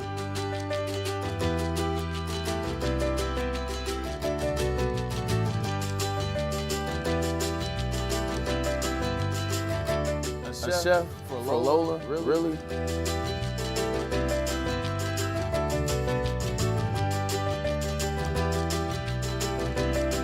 You don't have to tell me who the real boss here is. Who's got it better than pets? Nobody, especially here at Premier Pet Supply. For over 30 years and more than 13 locations, Premier Pet Supply has everything that your pet can dream of. And guess what? It's all under one roof. Premier Pet Supply, family owned, operated, and proud to call Metro Detroit home. Check out PremierPetSupply.com or scan the QR code today. Who's got it better than pets? Nobody! Guys, please, I'm begging you. We need to get Woodward Twitter back. Let's go. And the only way to do that is if you guys head to woodwardsports.com, click the shop tab today, and buy some brand new merch.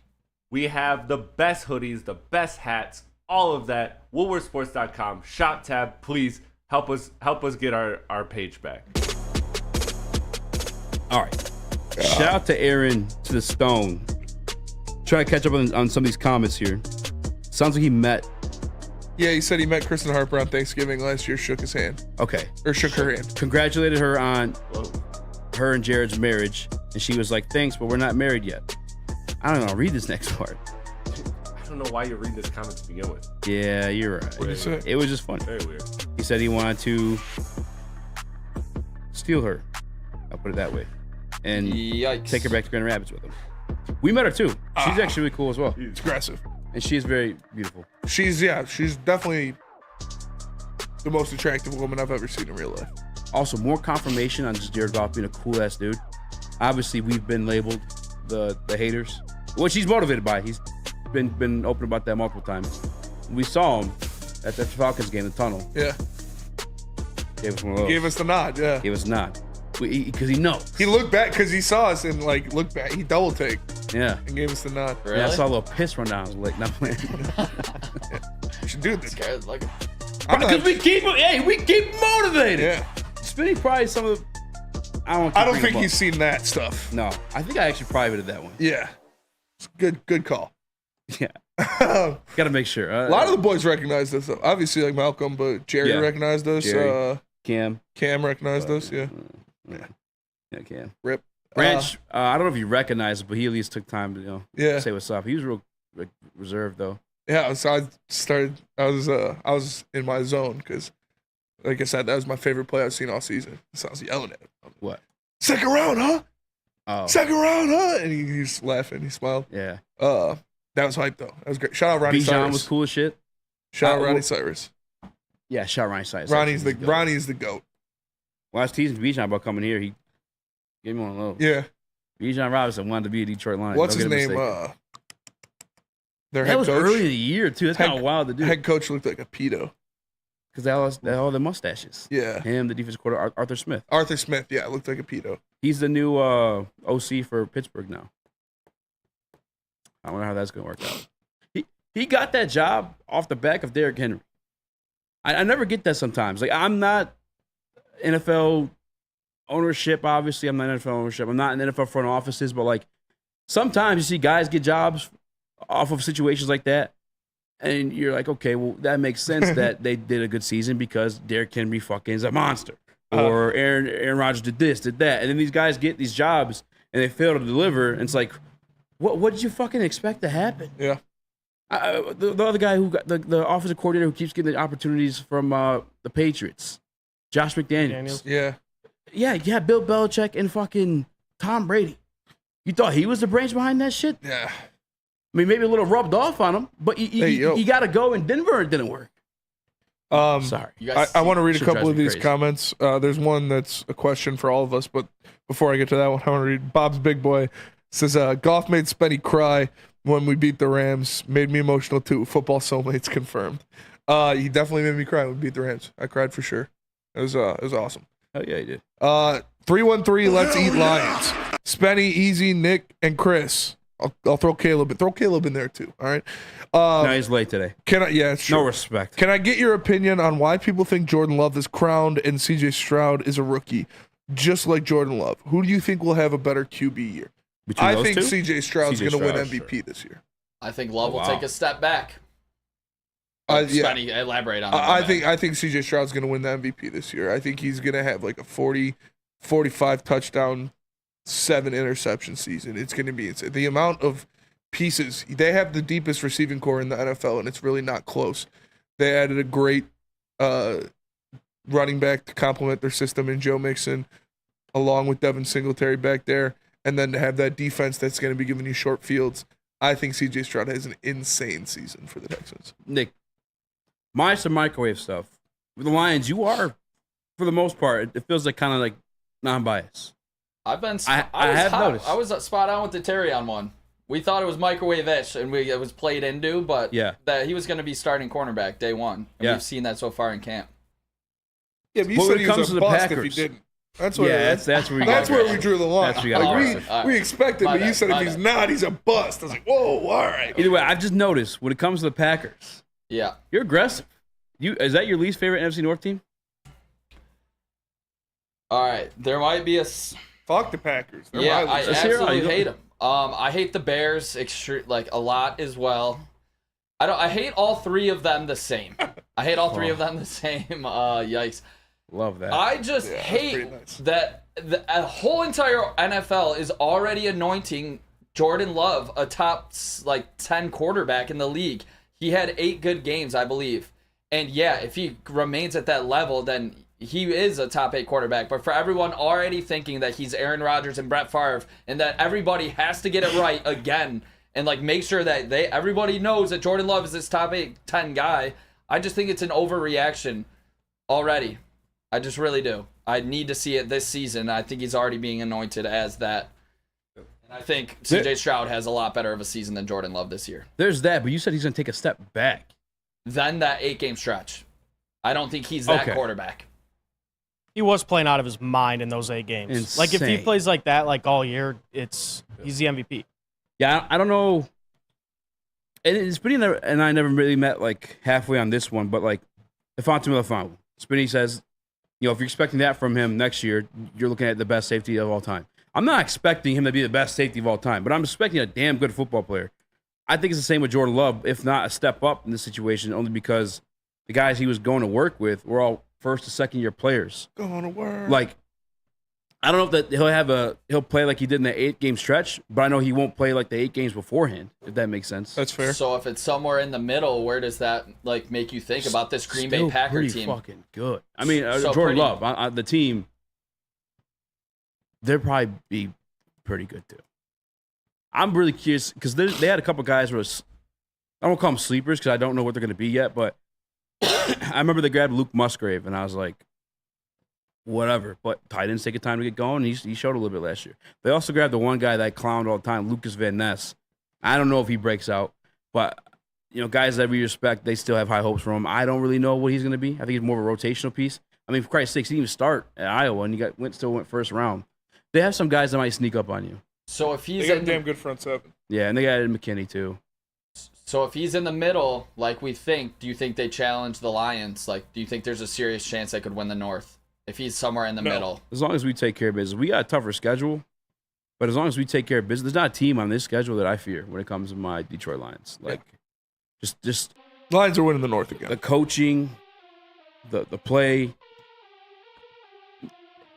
Sure, they'll be in the running, but I'm not counting the Lions out. Same way Vegas isn't. We're still the favorites. Yeah, I think Vegas is kind of covering their ass a little bit with having the Packers up that high. Yeah. Like they're... Because they'll be the ones in the conversation, Yeah. We'll see. No doubt. And if you want to be in the conversation, make sure you check out the morning show. They're taking calls all the time. 8 to 10 a.m. live on Woodward Sports. It's the best morning show in the country with Kool-Aid, Flannel Sam, Broder, JB, and KG every morning as it cover all the Detroit sports. 8 to 10 a.m. live on Woodward Sports. Check it out. Thank you to the Detroit Lions and Sheila Ham for the best season in Lions history. Now it's time to let Brad Holmes cook. Woodward Sports. Yo, let me just say, I love Planet Fitness. Trying out Planet Fitness and dang, they got lots of equipment. Not me getting a Planet Fitness membership just for the 24-hour perk. Listen, the PF Black Card is worth every penny for this hydro massage. I'm a new man. Did y'all know that the PF app has workouts you can do at home? Cheapest therapy I can find is Planet Fitness. All the benefits, all for less. Planet Fitness, big fitness energy for all. Is that an octopus in your pants, or are you just happy to see me? See what I did there? All Red Wings from Octopi Experts Woodward Sports. Guardian Alarm offers you customized solutions from real experts. Their professional technicians take the time to recommend security and automation solutions specific to your needs. They also have 24/7 professional monitoring. You can call them anytime, day or night. No Guardian Alarm team member will stay on the phone as long as needed. And of course, they have technology backed by people. Your safety and security deserves technology. It's been proven to work. People have been proven to care. So call them at 1-800-STAY-OUT. That's 1-800-STAY-OUT. And let them know Woodward Sports sent you. I guess I never really answered that question. Who's going to have the better year between the two of them? It's kind of fair. They both won a playoff game last year. Who? CJ Stroud and Jordan Love. Jared Goff won probably too. Caleb. I'm sorry. Probably CJ Stroud. These guys, yeah. He's just got better weapons. CJ Stroud for sure. He's got better weapons, better talent around him, and I think he just showed a higher ceiling than Jordan Love. Even though Jordan Love was great for that stretch, I think CJ showed just that extra level that separates you from a top 10 quarterback to a arguably MVP candidate. Their offensive line is severely underrated too. Like Laramie Tunsil, one of the best tackles in the game. Yeah. ETN calling Jordan Love top 10 is a controversial at all. Yeah, I don't think it is. I mean, I've been saying that. Get your mailbag questions in. Detroit supremacy. What, $300 this time? We running it back. Jared Goff, if you finish top 3, I owe you. If we don't, you owe me. I'm here for the shits. Shout out to Supremacy for being a man of his word and actually paying up, though. Yep. Unlike that How much was it? Keys guy. It was $387. Yeah. Did you 387? It was because I was working disco at the time, so I had a lot of cash. I was like, whatever amount of cash I have on me, I'll put it down right now. Let's go. Yeah. Shout out to Supremacy's a real one for that. Yep. Man of his word. Mail sack. Chase Hamley. Nico Collins. Is Nico Collins a top 20 receiver? Hell fucking yes. Yes, he is. For what are sure. we doing? He's borderline top 10. Yeah, and we're gonna do that tomorrow. Yeah, I'm gonna do it today. I only just want to do it is like, where does Amon-Ra fall? 3. Wow. Tease. Wow. Chase, tease. You just said it. Chase Amley, mailbag. Assuming the price for each option would be the same, would you rather bring back Perron and Kane or sign Steven Stamkos? Perron and who? Kane? Kane. Stamkos. Probably Stamkos. Yeah, Stamkos. Yeah, Perron kind of took a step back this season. He was inconsistent. Yeah. Kane was a dog. There was even a couple where like he just Kane plays was there for like rebounds. He just he wasn't there. I don't even fucking know. Kane plays no defense, but it's okay because that dude just puts up points. Yeah. Who was it that got the Fabry? The one where he passed it to his stick and Fabry was just like, huh? Yeah. Yeah, Kane sent it. Yeah. Oh, that was such a great pass. Collins top 10 ? At Denver Blair is pretty close. Who's what? Nico Collins. Yeah. He's pretty close. Extremely underrated. I don't think that's wild at all. We'll do the homework tomorrow. Yeah. I promise. I promise you I'll do it. Collins not no damn top 10. Who's going to be the one there next year? Diggs? No. I think it's going to be Collins. I think it's going to be Collins. What about Tank Dell, too? He's a stud. Tank Dell's a stud, too. I wouldn't be surprised. It's Diggs ends up wide receiver 3. Diggs?